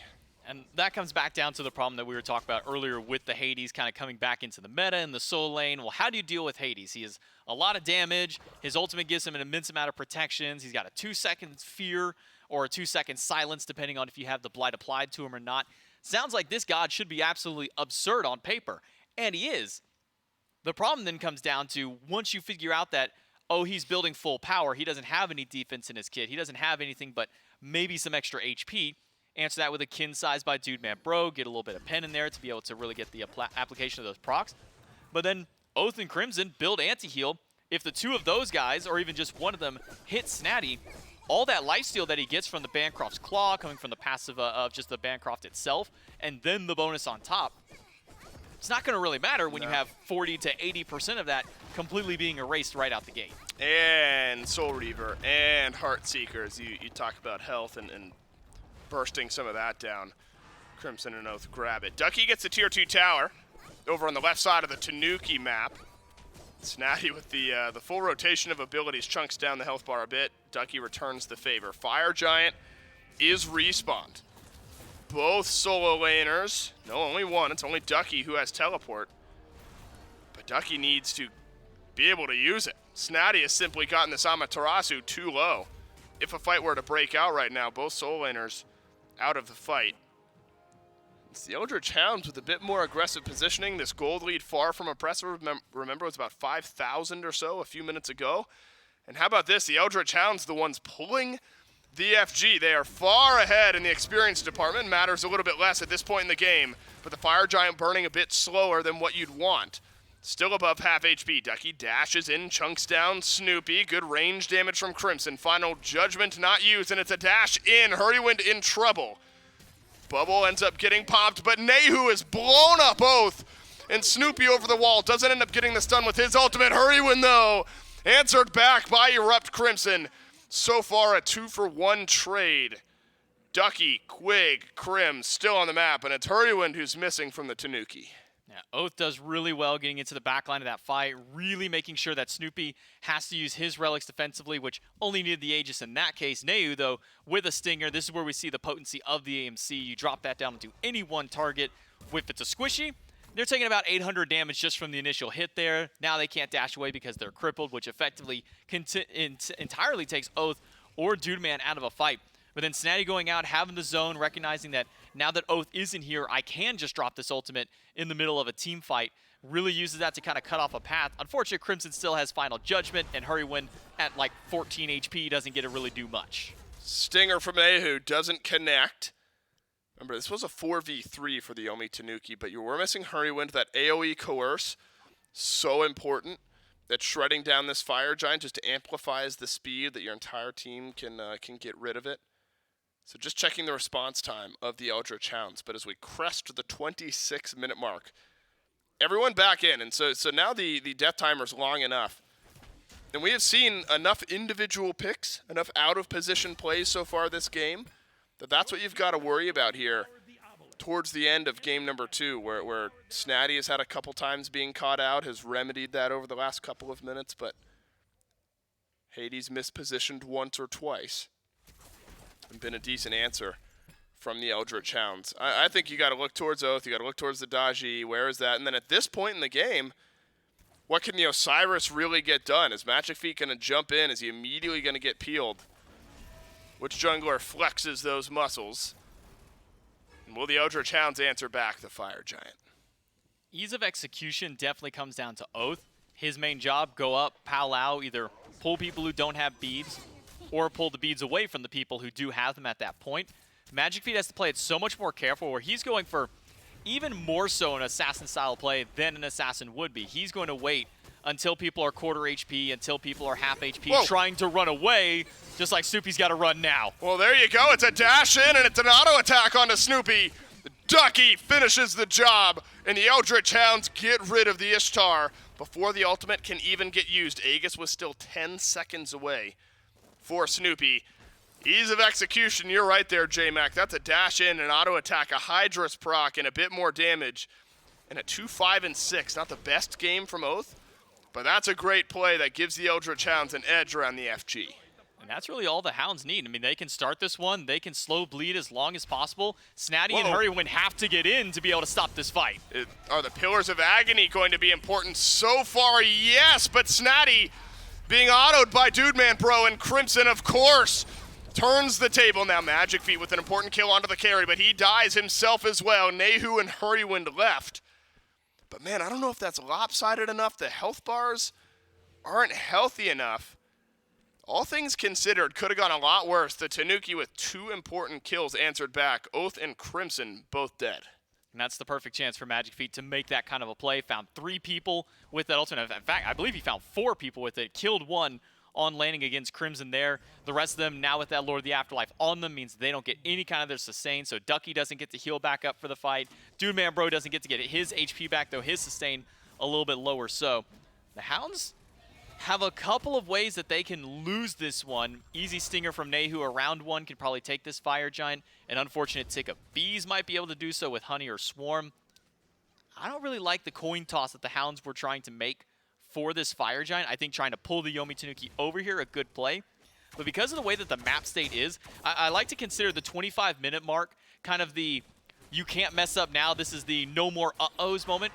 Because we saw with a matchup with the Jade Dragons just this past week, we're 23, 24 minutes in. The Dragons found 2 picks on the left side right around Gold Fury, and they were able to end the game off those 2 picks. Right. So now that we're at 25, 30 minutes, 2 towers standing on either side, Titan's sure going to be pretty healthy, but all it takes is a couple of picks and everybody to still be healthy on the one side or the other to really be able to have a chance to end these games. You at least got to know where your answer back is. If your teammate gets picked, you got to know where the opportunity is to even the score.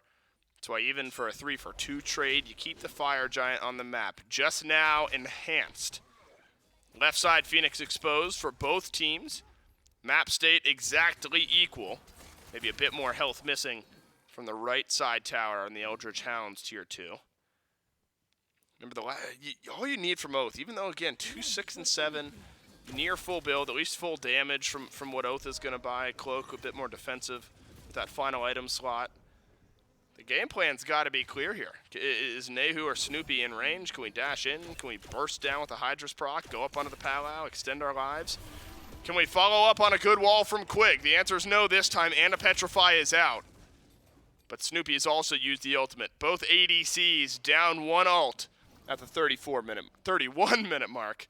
Potentially also, I guess, in 3 more minutes. And I think that's better for the Hounds. I mean, Petrify, very inconsistent with being able to find the real CC and damage that you want. Turn around, now you're not stunned, you're taking less damage. Whereas Snoopy, he fires out that cone, it's going to do the same damage whether you're looking at him or not, and has just about the same area of coverage out there. But he can fire it through the wall compared to where Dude Man has to have an open corridor to do so. So I say this comes out as a win in that regard, at least versus for the Hounds in this case, just because they have a much more difficult one to really utilize. They're not going to get nearly the same value that Snoopy would get with that ultimate. Now remember, Ducky, the only player in the game that has teleport. And so split pushing down a Phoenix, potentially an option, but that means for a moment, your team is in a 4v5 right now. Quig stunned and being chased out, but good return damage. Crimson charges up the final judgment, doesn't let it go. Ducky has just now reached the left side. Phoenix should make quick work of it, but that means the Tanuki need to go now. They need to pull out this Fire Giant, and they have done so. Hurrywind transforms, gives the team the coerce. Quig pulled in and detonated by Snatty, and the Tanuki get the EFG. Left side Phoenix, yes, gone. But at what cost? The cost of 2 and an FG and the Tanuki come out ahead.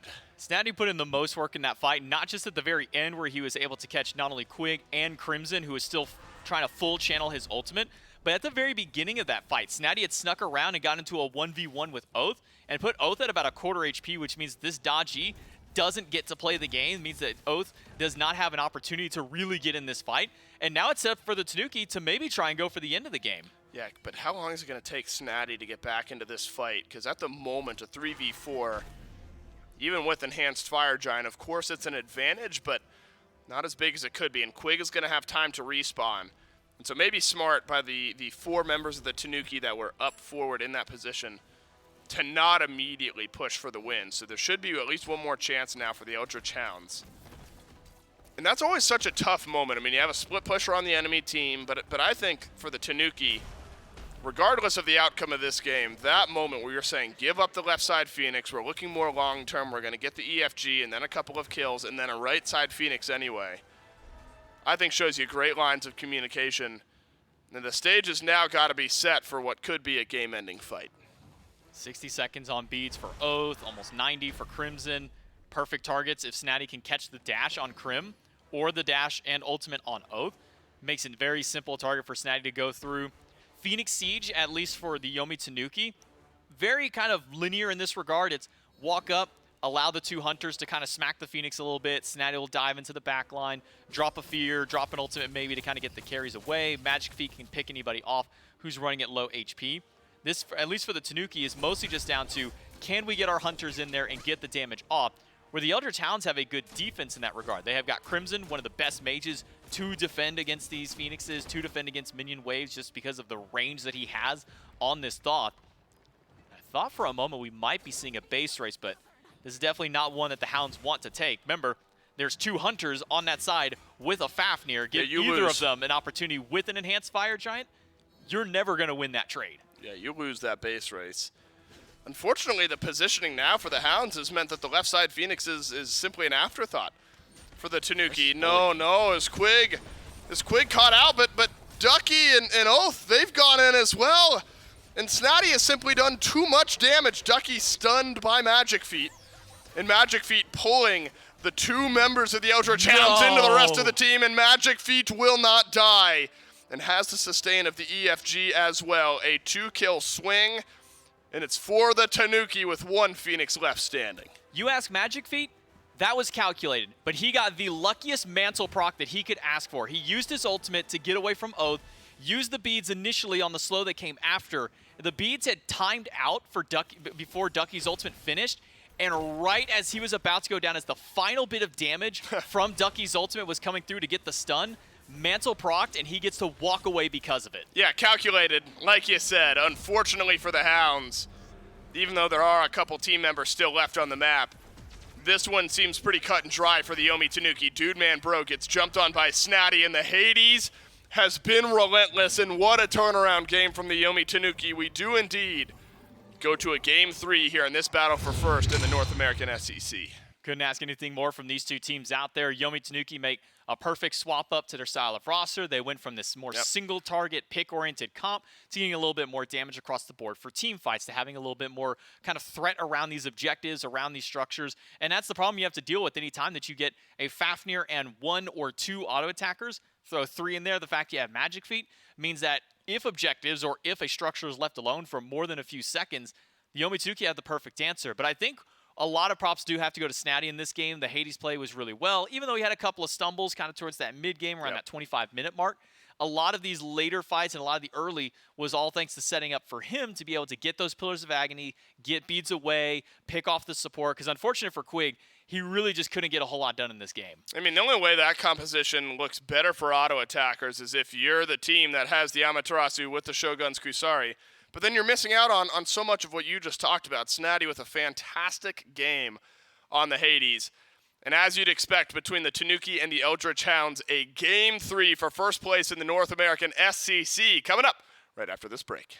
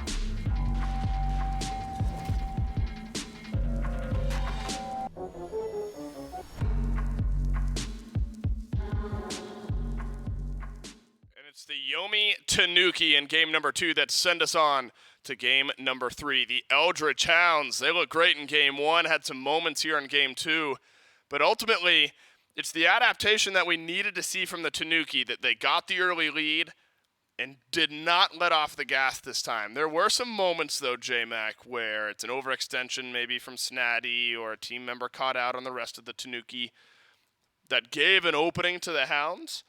But ultimately, I think this composition from the Tanuki just looked so good. That shred style, burned down the objective, team fight comp, really effective ultimately down the stretch. More so playing around their beads, playing around their CC immunity. That's what allowed the Tanuki to win a lot of these team fights. Again, when you pick a god like Daji, you got to have some extra things to follow up with it to be able to either burn the beads early or get them away and utilize the fact that they're gone afterwards.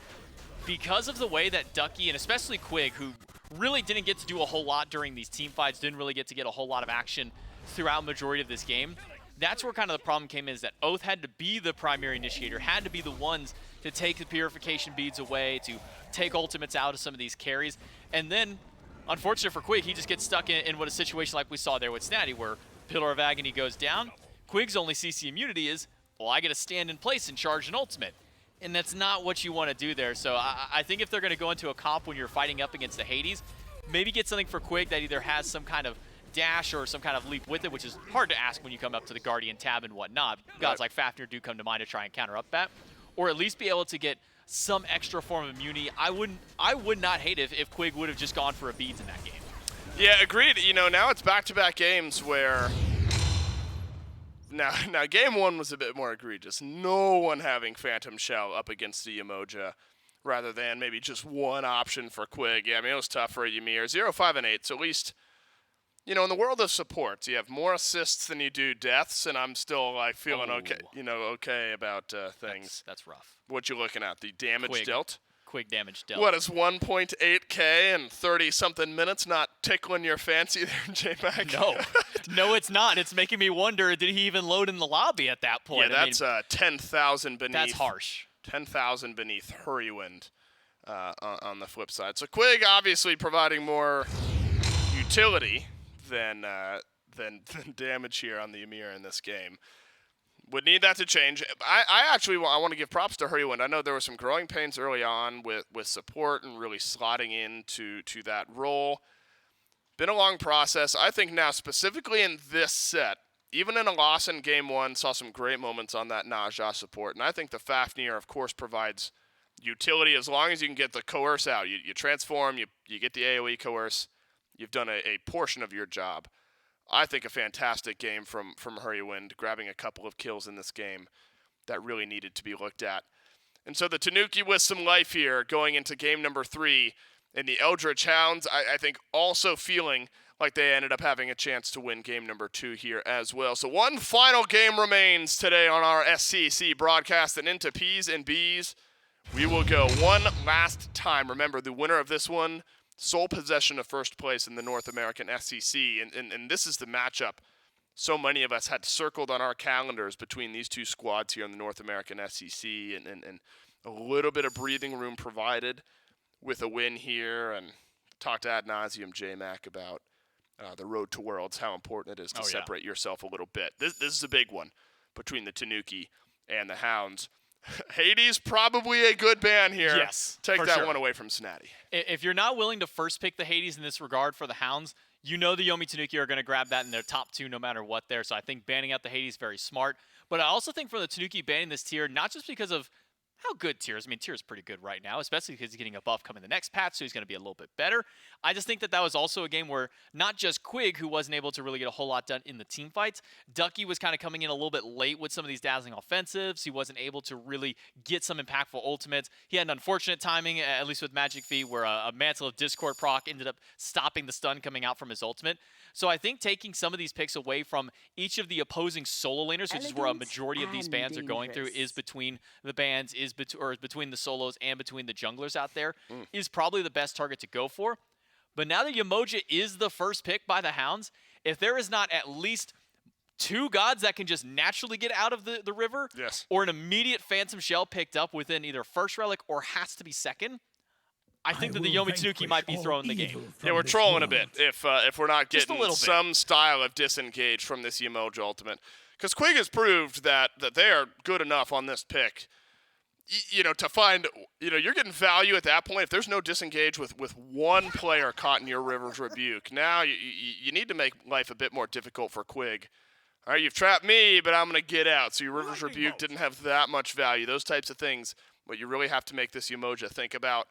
I think the Tanuki, now get a Ratatosker, you get up into the branch, potentially move away from that ultimate, self-disengage with the Yu Huang as well. So even momentary disengage an option now for the Yomi Tanuki.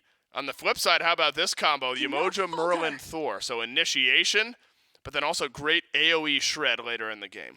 Yeah, definitely a lot of area control and denial that the Eldritch Hounds are going to be able to have with this one. A lot of AoE damage that Merlin is going to offer, Thor with Anvil of Dawn, and then, as I said, kind of area cutoff between the rivers, between the wall that Thor has there. I do kind of like this Mulan pick because sometimes with how fast the Thor hammer comes out, with how fast his spin is more than anything, being able to interrupt his abilities is going to be big in the team fight. Being able to maybe pull a carry slightly out of position is good. Mulan is also just a good lane bully. It's one of the few warriors that can actually kind of match up, and one of the few gods in general that can match up to what a Hades can do in lane. You hit him with one auto attack, the wave stacks up, smack him with a spear thrust, all of a sudden you're hitting for almost mage levels of damage, especially if you're building any kind of thing like a Soul Eater or a Glad Shield out there. So I really do like the Mulan pick. I think she might be a little bit underrated right now in the Soul lane. We saw this be an answer to the Hades in the SPL just prior. So I like this Mulan pickup. It does force this Ratatosker to be in the jungle more so than anything here, and I think that Magic Feet is very capable of being able to pilot it up. So it's that semi-global that's coming through, and I will illuminate. We have some noted Shiva haters on the caster team. So I don't hate Shiva. Don't get me wrong. I don't hate Shiva. Okay. I like Shiva in very specific situations. I think right now is probably one of the best times for Shiva because Manticore Spike is such a good item, and the fact that he has two different ways to proc that item on his own and be able to get the extra, I think that makes him really good right now, especially when Manticore became meta. So this is a good meta for Shiva. Yeah. Is this a good comp for Shiva is another question. You want to go into game 3? I want to go into game 3. Sure. It's getting kind of late. Let's go into game number 3 here. That's right, just over 7 p.m. Eastern time here.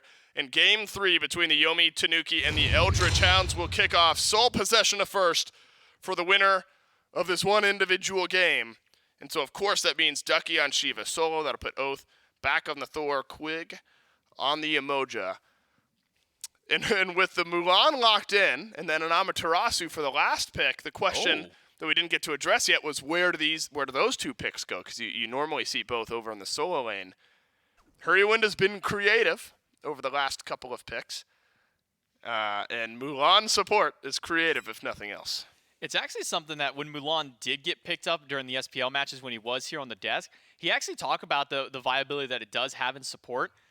I don't know if Charybdis Mulan is necessarily the kill pressure that I'm looking for, but Mulan herself does have a lot of base damage in her kit, does have a lot of good utility to be able to set up for a carry. I will say when Mulan was becoming more and more popular, I was running into like Mulan on her dual lanes because you pick somebody up with the grapple, they're dying. If they don't have beads, they're getting hit by a pillar impale. You're just dead beyond that point. So there's a lot of kill pressure that Mulan does offer as a support, allows you to be a little bit tankier than if you were going in the soul lane. So you lose out on some of your sustainability by not having things like a Soul Eater, but it makes up for the extra tanky factor. Also a good Manticore Spike abuser just because of the grapple that comes through, and then the ultimate as well that sets up for a lot of potential AoE damage and CC in that regard. So I do like the Mulan. I think the Amaterasu support days are kind of gone at this point. She's definitely not where she used to be in that regard. So I do like the Ama being in solo versus support.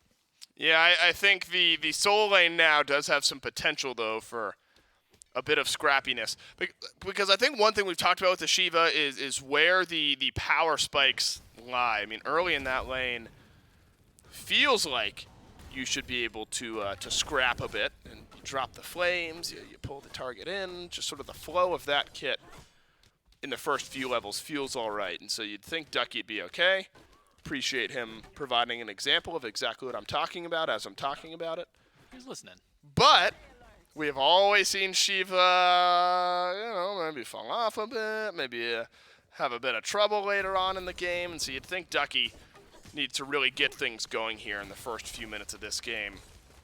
And I think the jungle battle is going to be a lot of fun here, J-Mac, both with those semi-global dunk-in styles. So keep your eyes on level 5 for both Magic Feet and Oath. Yeah, I think kind of that power curve problem that Shiva always has is in support, you don't do enough damage early on against enemy gods. You have decent wave pressure at the very least. You can group everything up, pair it with something like a Cupid, the sweep in plus the heart bomb, guaranteed wave clear pretty easy. So your early laning phase is kind of nice, but you just don't do enough damage during team fights in order to get any value. You're not building any power, so you're not getting big heals or big damage in that.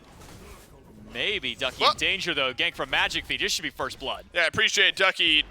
No? No, he's going to get out. All right, I thought I Caster's cursed it. He does live, but requires the gank by Magic Feet. And so Ducky close to death, but ends up waddling away from the attempted gank of the invade from Oath. That's a 1 versus 2 on the invade, and a nice little steal away on the blue buff. So not feeling too bad on the right side of the map are the Yomi Tanuki. And as you'd expect, early pressure here on the left. Hurrywind, you get the stun in, a little self-sustain in the kit for the Mulan. And, you know, maybe not the most immediate follow-up with the Charybdis, but Snoopy, of course, can hit some of that damage, hit those autos. I think that's worth talking about here. The Charybdis as well. Feels like both of these carries, J-Mac, going to be so hard for the Tanuki to lock down. The self-disengage between a Yu Huang and a Charybdis, borderline annoying. I think that might be the biggest understatement. I don't think annoying is a good enough word to really describe how hard it is and how obnoxious it will be to not only get to one of these backliners, but then to chase them after.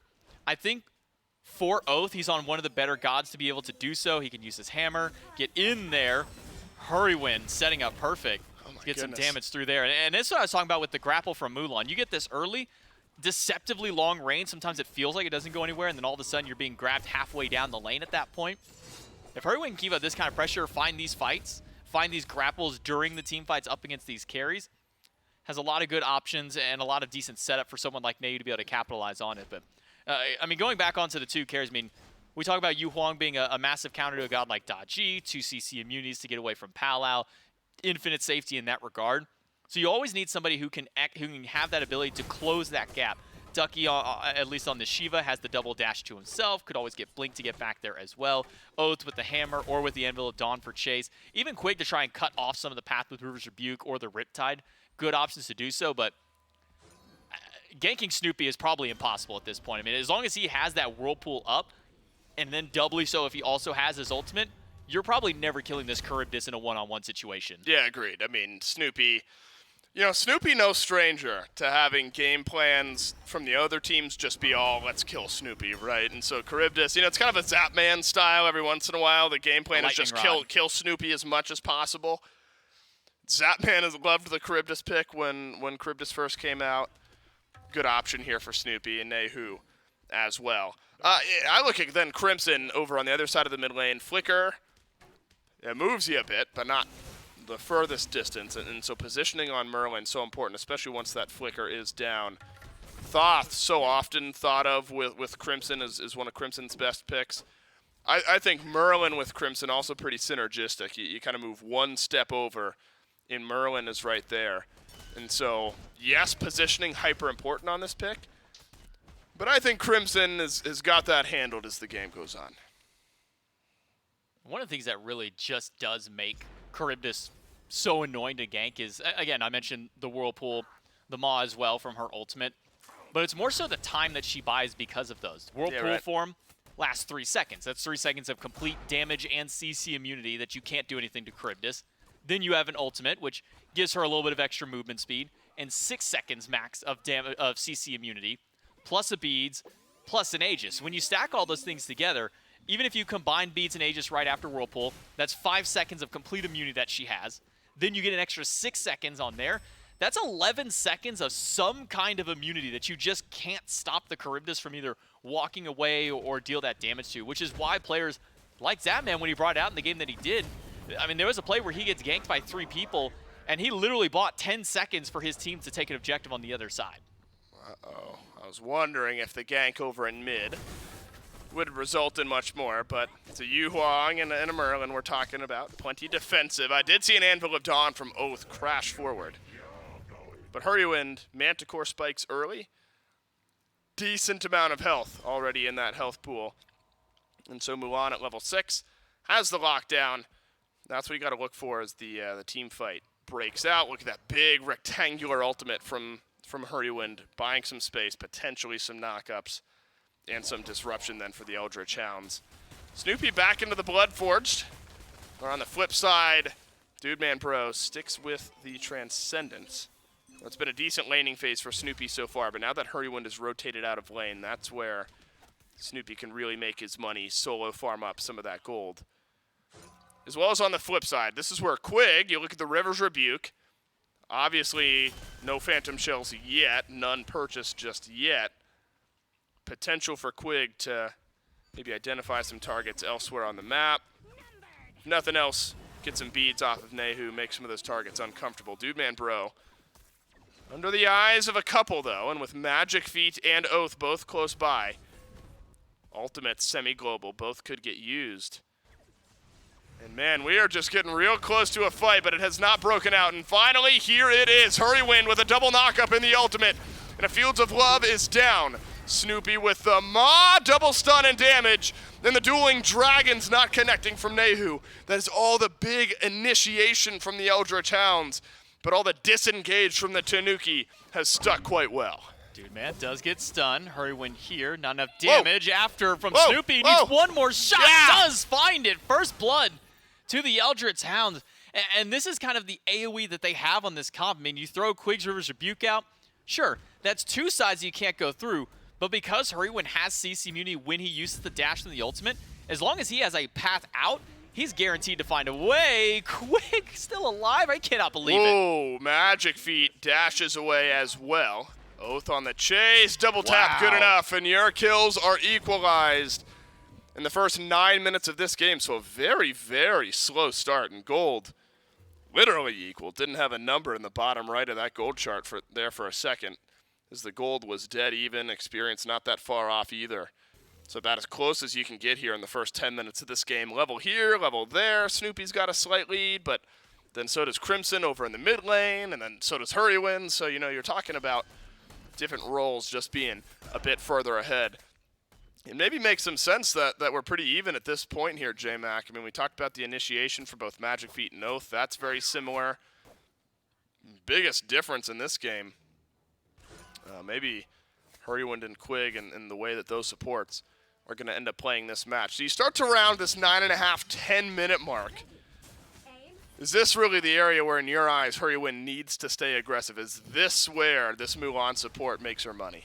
I think so, especially when you're going for the Manticore Spike. You get that extra bit of burst damage when you land that grapple, then your next ability following up after, which is almost always either that Spear Thrust or at least the Sword Cross immediately afterwards. So you have still good burst damage, at least on this Mulan for now. I would actually like to see when Ducky starts making rotations and kind of how he finishes his build path up. Because earlier on, at least for Ducky, early game damage with Shiva, you're building some power. You're going to have good lane clear. Late game, when you don't have your damage, you kind of fall off. You want to be a little bit tankier. Since he started the Soul Eater, he's got plenty of sustain in lane. Glad Shield gives him a little bit of extra boxing pressure, gives him some extra bonus damage. I think if he goes Manticore Spike immediately after and then just full tank builds out, that's the perfect power curve that Ducky can have and the perfect defensive curve that he can have to kind of keep himself alive in these late games, get himself enough prots to still be a threat. Because that's always been the problem of Shiva's. If you go full power, you die if you ever press that ultimate. You build full defense, you press that ultimate, and you just get no value at all. Whoa, how about the tower dive between Hurrywind and Magic Feet? You can do that time and time again on the Mulan. Snotty, though, again, is just going to be a traded out kill. It sure is. Hurrywind dives the tower in mid, then Quig dives the tower over on right, and we remain equal. But when you're diving a tower on right, that means numbers advantage to the team that doesn't have two players over there. But Dude Man Bro on the Cupid, just sneaky enough to stall out that first Gold Fury of the game going down. A nice 2-level lead is now built up for this Umoja, so Hurrywind has been in it, J-Mac. But Quig, Manticore Spikes, Lotus Crown, 2-level lead. Call it 1 as I finish that sentence.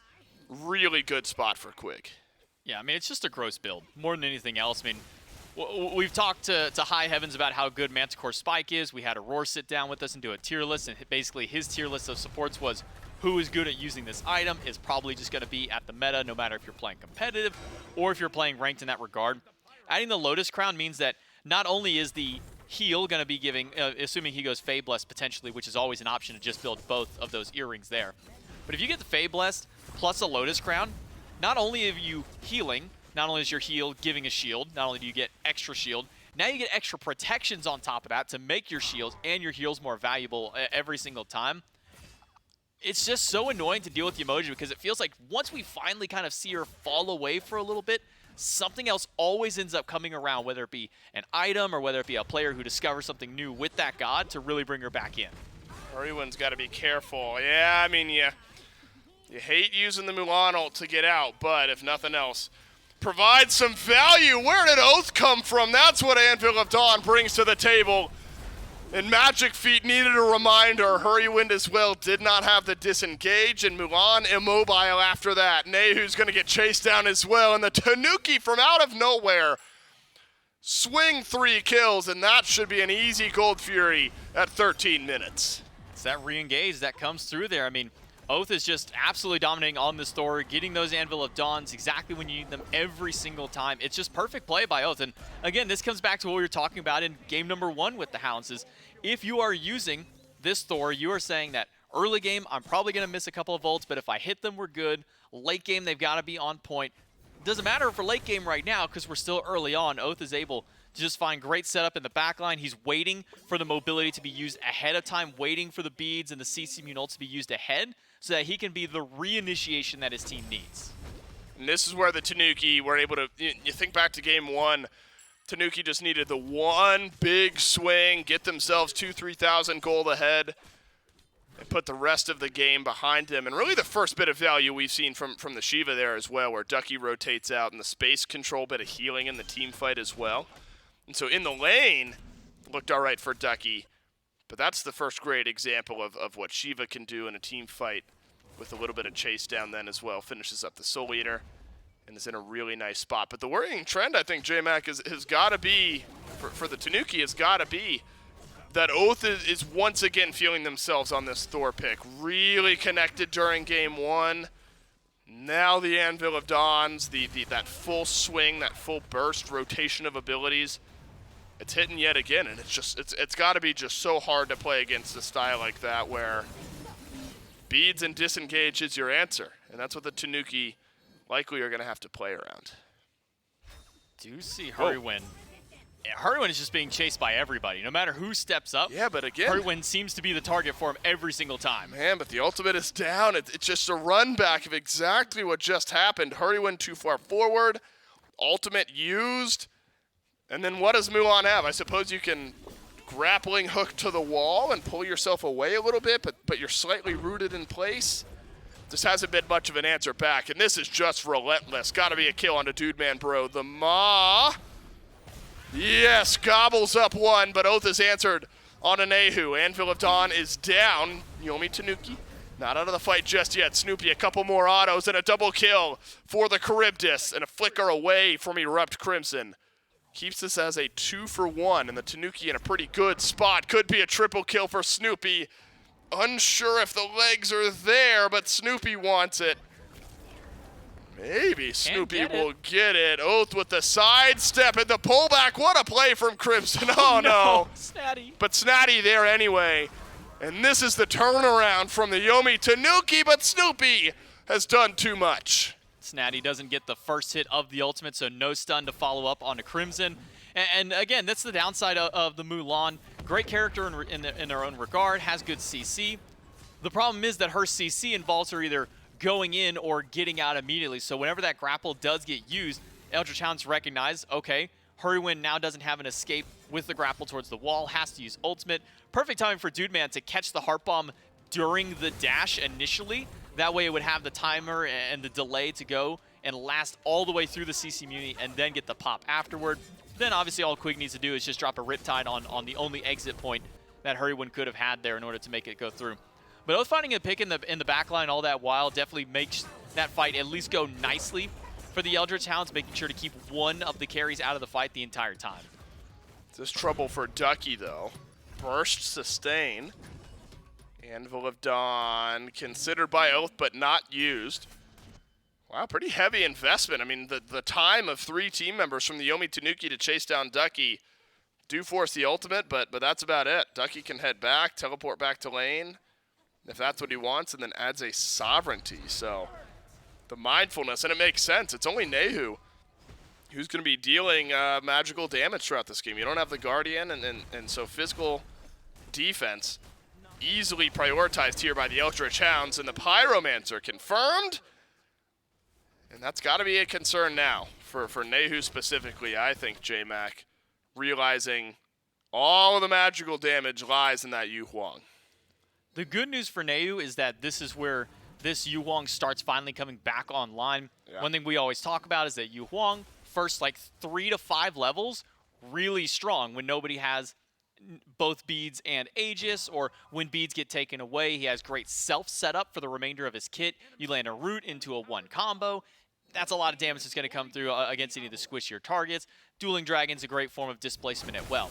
The problem that Yu Huang then has is that all the other mages catch up in damage right away or surpass.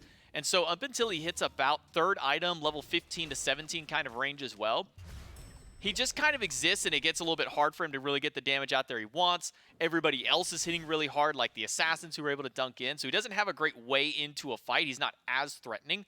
But now that he has 3 items on, now that he has kind of hit that midpoint into his build, he does a lot of damage to squishy targets. If he can find 1 root, that's an easy kill for him. Haven't seen Hurrywind be able to dash in aggressively in a minute, but does so here. But the Tanuki have already lost Snatty, already lost Hurrywind, already lost Magic Feet. In a double kill for Oath, the Thor continues to run wild, and 1 kill away from a deicide are the Eldritch Hounds. Nehu drops back down to earth, a rampage for Crimson, and a deicide for the Eldritch Hounds at 18 minutes. And immediately push over to the Fire Giant. Perfect call for the Hounds to do so there. Snatty gets caught out by himself in the fight while the rest of his team is trying to chase out Dude Man Bro. You saw Hurrywind use his ult to try and close gap to get there. Now the Mulan, who was already about half HP, out of position, even though Oath does miss the dunk in with the Anvil of Dawn, still able to turn around and get that kill. Nowhere for Hurrywind to go. And now that both of your frontliners, your only tanky people, are no longer in the fight, all it takes then is just a small little snowball roll out of control for Magic Feet to eventually go down, for Nehu and Snoopy, and then set up for the Eldritch Hounds to be able to grab a Fire Giant. Man, sun may be setting here already on game number 3, 19 and a half minutes in, and a hefty gold lead, experience lead, everything lead for the Eldritch Hounds. 12,000 experience, my goodness, and 9,000 gold almost at the 20-minute mark. You know, you look at the Eldritch Hounds, and it is just a team of playmakers. Ducky's looked really good in the set so far here today. But the 1-2 punch of Oath and Crimson, potentially the best in the SEC. And they're playing like it right now. Both of them at 5-1 and 5. We talked about positioning being so important on the Merlin, but that just opens up the door to damage level 20 at exactly the 20-minute mark. 1 level ahead of Ducky, but 2 or 3 levels ahead of everyone else in the game right now. This Hounds team is pretty scary when they get the wheels spinning, and I'm not sure where the Tanuki go here to come back in game 3. And then this, the power that Merlin provides is any objective that stands doesn't get to stand for very long when you have a Merlin nearby. Whether it be a combo of ice and fire stands, those are going to go down easily.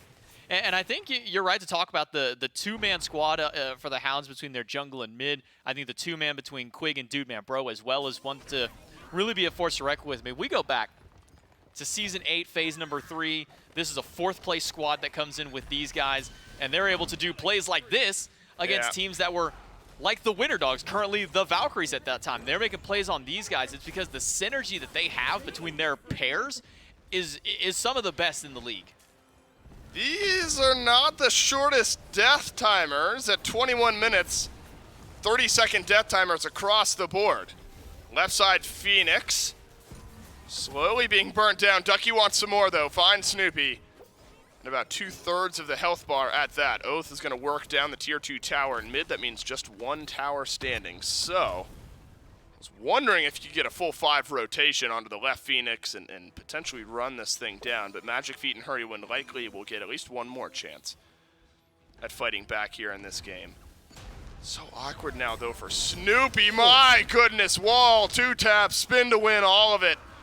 Connects onto the Charybdis. Oath will not make it out alive, and Magic Feet returns the favor, and the Eldritch Hounds, their jungler, maybe done a bit too much. Neu gets caught out, barely gets that flight in time to get away from the Heart Bomb. The Yomi Tanuki are able to grab Oath, who greedily walked his way through the Phoenix and then back behind the gate. Didn't have his hammer to get himself back out of the team fight there. So great capitalization by the Tanuki to get a single pick onto the Hounds. The only problem for the Tanuki is that they're currently sitting about 11,000 gold down. They've already lost one of the worst Phoenixes that you can lose should the Eldritch Hounds decide to push for another fire. If the Eldritch Hounds can find a couple more picks like they just did, they can just end the game. I mean, the Titan only had 2 towers providing the HP to it. They were able to get that left Phoenix, though it took them a little too long. Oh, Krim. Oh, Krim, I thought for sure was going to be the double kill turnaround there, but you're diving this Merlin, and you bring 3 players, and you leave with less health than the Merlin did?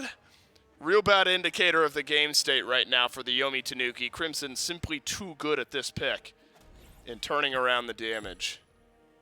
I mean, the Tanuki, again, we talked about, at least as far as jungle goes, having similar initiation. Now you've just got to simply out-initiate the Eldritch Hounds, who are just so far ahead of you. It's got to be a lopsided fight. You're hoping for a mistake or two. And in exactly 1 minute, the Fire Giant will respawn, so the buff is just now worn off. I don't know if the Tanuki can even step up here, J-Mac. I think they might simply be too far behind. Snatty's probably the only person who can maybe try and Oath do can 2v1 something. this. He can 2v1 this, for sure. 100%. I mean, Oath is taking no damage. Wall, 2-tap, wow. yes please. Few more autos. And this is just spins. delaying from Hurrywind. Oath on a warpath. That is Wow. disgusting. And we might not even need the last Fire Giant of the game. Ducky 3v1 over in the mid lane, while the other 2 members of the Eldritch Hounds walk down right. And Ducky is sustaining up with that ultimate. Baiting in, here comes Crimson. The Merlin drops the ice stance. What? Ducky lives. And I'm not sure Snatty will much longer. The Eldritch Hounds are playing with their food. Me. The fact that they got 2 people almost dead and still doesn't get it. Hearts go out to Snatty. He played that as perfectly as he could. Unfortunately, he gets slowed down by the ice coming from Krim, and so he can't get to Ducky in time for the last auto that would have killed him. Quig then shows up. Now there's no chance to kill Crimson because of the shells and the heals that come from the Yamoja. That went from could have been a perfect turnaround, a perfect little upset play for the Tanuki, to just becoming a disaster right after. Yeah, disastrous. I mean, when Oath is 2v1ing your duo lane, that's not a good time. Yeah, it's not a good time. You know, you can wait out the Aegis. Oath is just too far ahead right now. So many builds so far behind. Should be easy street.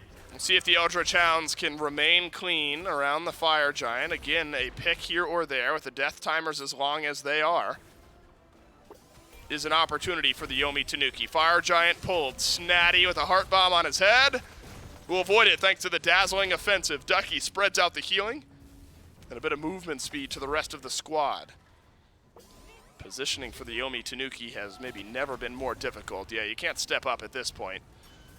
And that'll be an FG down to the Eldritch Hounds. Left side Phoenix respawns. Real simple game plan now for the Hounds. Again, Hurrywind and Snatty have to use ults defensively. They don't get the opportunity to use that to try and get to the back line. They don't have the chance to try and grab a carry. Instead, they have to keep using their only CC immunity, their only real disengage, just to run away. Yeah, tough for Hurrywind this game. I mean, this has been happening time and time again. Defensive use of the Mulan ultimate. Good double dunk. That puts Crimson in a bad spot. All right, a shutdown on the Crimson. About as good a start as you could hope for. Oath has to hammer up and over the wall. Dude, man, bro, that's a great Fields of Love from outside of the gates. But Ducky and Quig, the tankiness simply too good. Then Ducky grabs the kill onto Snoopy. Now just need an opening. Just needs the rest of the Hounds to walk in. But Ducky has the walls shut in on him and the ultimate back up once more. you're maybe looking at a game end right now if you still have Crimson on the map, but with the Merlin gone for 30 seconds, maybe slows down the Hounds. Is 3v4. Yeah, good so point. still could at least get a Phoenix, if anything. I think that should be the call from the Hounds. Use this Fire Giant buff, get the mid lane Phoenix, get out if you can. Ducky using the Pillar of Dawn to give himself some extra tankiness in the back line to be able to soak up that Phoenix. I think now's the perfect time for the Hounds to completely disengage. Yep. Don't keep going with this fight any longer. Go back, spend up some of the gold that you have in hand, and let everybody kind of recuperate more than anything else. Yomi Tanuki, they've got to put on big defense now because they've got a weakened left Phoenix. They don't have a right Phoenix available, and it's really easy for the Hounds to be able to walk back in. Once Quig has his ultimate back up, similar to what I was saying in game number 1, he could drop the river walls up, and nobody wants to stay inside them if he drops them on the Phoenix. So everybody would either have to disengage or try and block the Phoenix from being taken away. Well, decent sustain for Quig and Ducky up front here. Ducky's got 37,000 damage at 27 minutes, by the way. That's Shiva, good. I've talked about the early game potential. We're actually used to seeing Shiva do a bit worse at this point in the game, but when your team is as far ahead as they are, Ducky can just continue to walk forward. Good Fields of Love from Dude Man Pro. Good backpedal away, and Quig provides some sustain, and you've got the health potions from the Cupid as well, and the burst healing from Ducky's ultimate. Left side Phoenix low, but does not end up getting confirmed. Decent poke damage back from the Yomi Tanuki. Keep the Hounds at bay. Half HP on the Titan thanks to just the fire minions that have walked in. The Hounds playing with time, potentially playing with their food. Left side Phoenix still stands, but barely. Oath on a killing spree. Finally, Hurrywin gets something going. And a bit split up now are the Eldritch Hounds. Ducky on the Titan. Oath near Nehu. Snatty and Hurrywin. I don't think they have the damage to get this one done.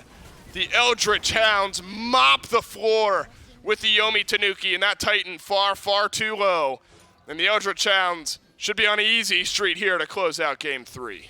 Game 3 will go to the Hounds. Rivers of Buka, not a chance that Snatty or Magic V can defend against that one. This is the Eldritch Hounds and the form we're used to seeing out of these players, making sure they can close this one out and keep themselves on top of the NASCC, back where they belong, as it has been in phase number 1, as it has been in phase number 2, and off the back of the two players that you would expect it, just between Oath and Erupt Crimson in that mid lane. Those two have been the powerhouse frontline carries for their team. Typically, whenever we talk about them, we always include Quig and Dude Man Bro, more of the silent kind of carries out there. Yep. But I think having this addition of Ducky and his willingness to play things that not a lot of other people do. Remember back in Ducky's time in the SPL, he was playing Sun Wukong, he was playing Hercules, he was playing Tyr. Nobody else is playing those kinds of gods. Nobody's playing Shiva in the solo lane. And so I think having that innovativeness of Ducky in the solo lane is allowing the Eldritch Hounds to kind of try these new kinds of compositions out. It allows them to really kind of try these new playstyles. And I think having that veteranship as far as shot calling goes as well really gives them a nice little benefit too. Now, Oath continues to provide examples of why next player up in the jungle, if you're talking about SPL, Oath has been talked about for a long, long time. If you're saying who is the next big SPL jungler, Oath tends to be in that conversation. This game is a fantastic example of why those are the types of conversations that are being had about Oath. Now, there's lots of facets of this game to look at. Ducky flexed the Shiva muscles early on. But really, the trend was set. The early Anvil of Dawns, even the ones that, like in this case, don't connect for the stun or the damage, position Oath aggressively enough to continue the chase onward. And never really looked back. And that's why this style of pick just so dynamic. A 2v1. This play. And Oath never looked worried. Look at the cooldown timers there. 3 seconds on the 3. You're just going to walk forward. We've already dealt the damage. And a double kill for Oath. I mean, just such a talented player and an asset for the Eldritch Hounds. I think for me, in this game specifically, one of the downsides that the Tanuki had was that Neu was never really able to get a good dueling dragons off in any of these team fights. We're so used to seeing, at least from players like Pagon, even other players in the SCC, who have been utilizing this Yuwang, who have shown just how potent the ultimate could be. We never really saw one find 2 or 3 man pushes. We never saw him get these big collapses in the middle of fights. It was almost always just used for the CC immunity and to try and push one person away. The problem is the people he's trying to push away is Ducky and Oath, who have ways of immuning that kind of a push. Ducky can go into his pillar form, he can dash right past it, goes into the DDR stance at the very end and can just dance away all he wants. And I think that this right here is the perfect showcase of why Shiva is still a viable option for solo lane specifically. If I'm seeing Shiva, I only want to see him in solo. I don't like the glass cannon Shiva. It does great damage early, falls off late. I don't like the full tank Shiva, does no damage, and then doesn't have anything to offer late game. That's a lot. This is a perfect example of how Shiva can perform, especially with how good Manticore Spike is, and I think that's one of the big reasons as to why he's able to do as well as he did. Yeah, it's a masterclass from Ducky in all reality there in Game 3. I also noticed the GPM for the Eldritch Hounds. No surprise here, but you had 3-4 members over that 600 mark, where only 2 members of the Tanuki were just above the 500 GPM mark. Look, Dude Man Bro is such a talented player.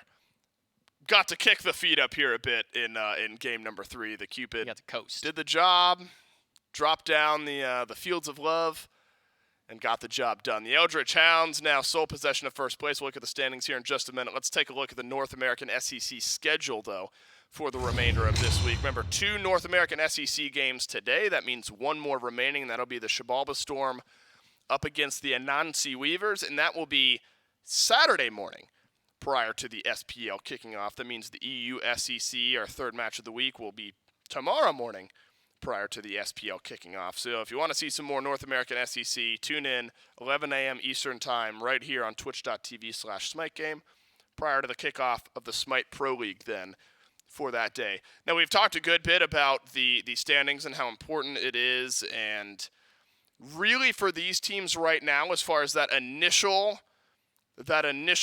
SEC, SOC, North America weekend for NA specific, who have an EU weekend as well. Every one of these SEC teams makes it, but the groups, that first stage of that little tournament ends up looking a lot different depending on where you seed. So clearly being higher up in the seeding is going to be better. Being lower down in the seeding means you face the better SEC teams, and there is decent parity here in the SEC. So standings matter now as far as what seed you're gonna get going into that SEC SOC tournament. Of course, a couple of teams from that move on to face some SPL teams. So final thoughts here from you, J Mac. Hounds versus the Yomi Tanuki. Do you still feel like these are the 2 top teams in the North American SEC? Or you think all pretty close and we could see some surprises down the stretch? I think we could see some surprises once we do start seeing some of these teams get past their growing pains, once we see the Storm kind of renew themselves. The Sages we saw were able to take some good matchups earlier on. So I think there's still potential. Right now, though, my money still sits on at least the Eldritch Hounds, guaranteed being in the top 2 spot, if not number 1, just based on performance and the tenure that they have as a team as a whole so far from last season all the way through this season. I think we're feeling good about their chances ending the phase at number 1, potentially make some waves at the qualifier tournament. That's it for today in the SEC. Make sure to tune in tomorrow at 11 a.m. for some more SEC, 1 p.m. Eastern Time for the SMITE Pro League. On behalf of myself, J Mac, all the other casters, everyone back in production, thanks for watching. We'll see you tomorrow.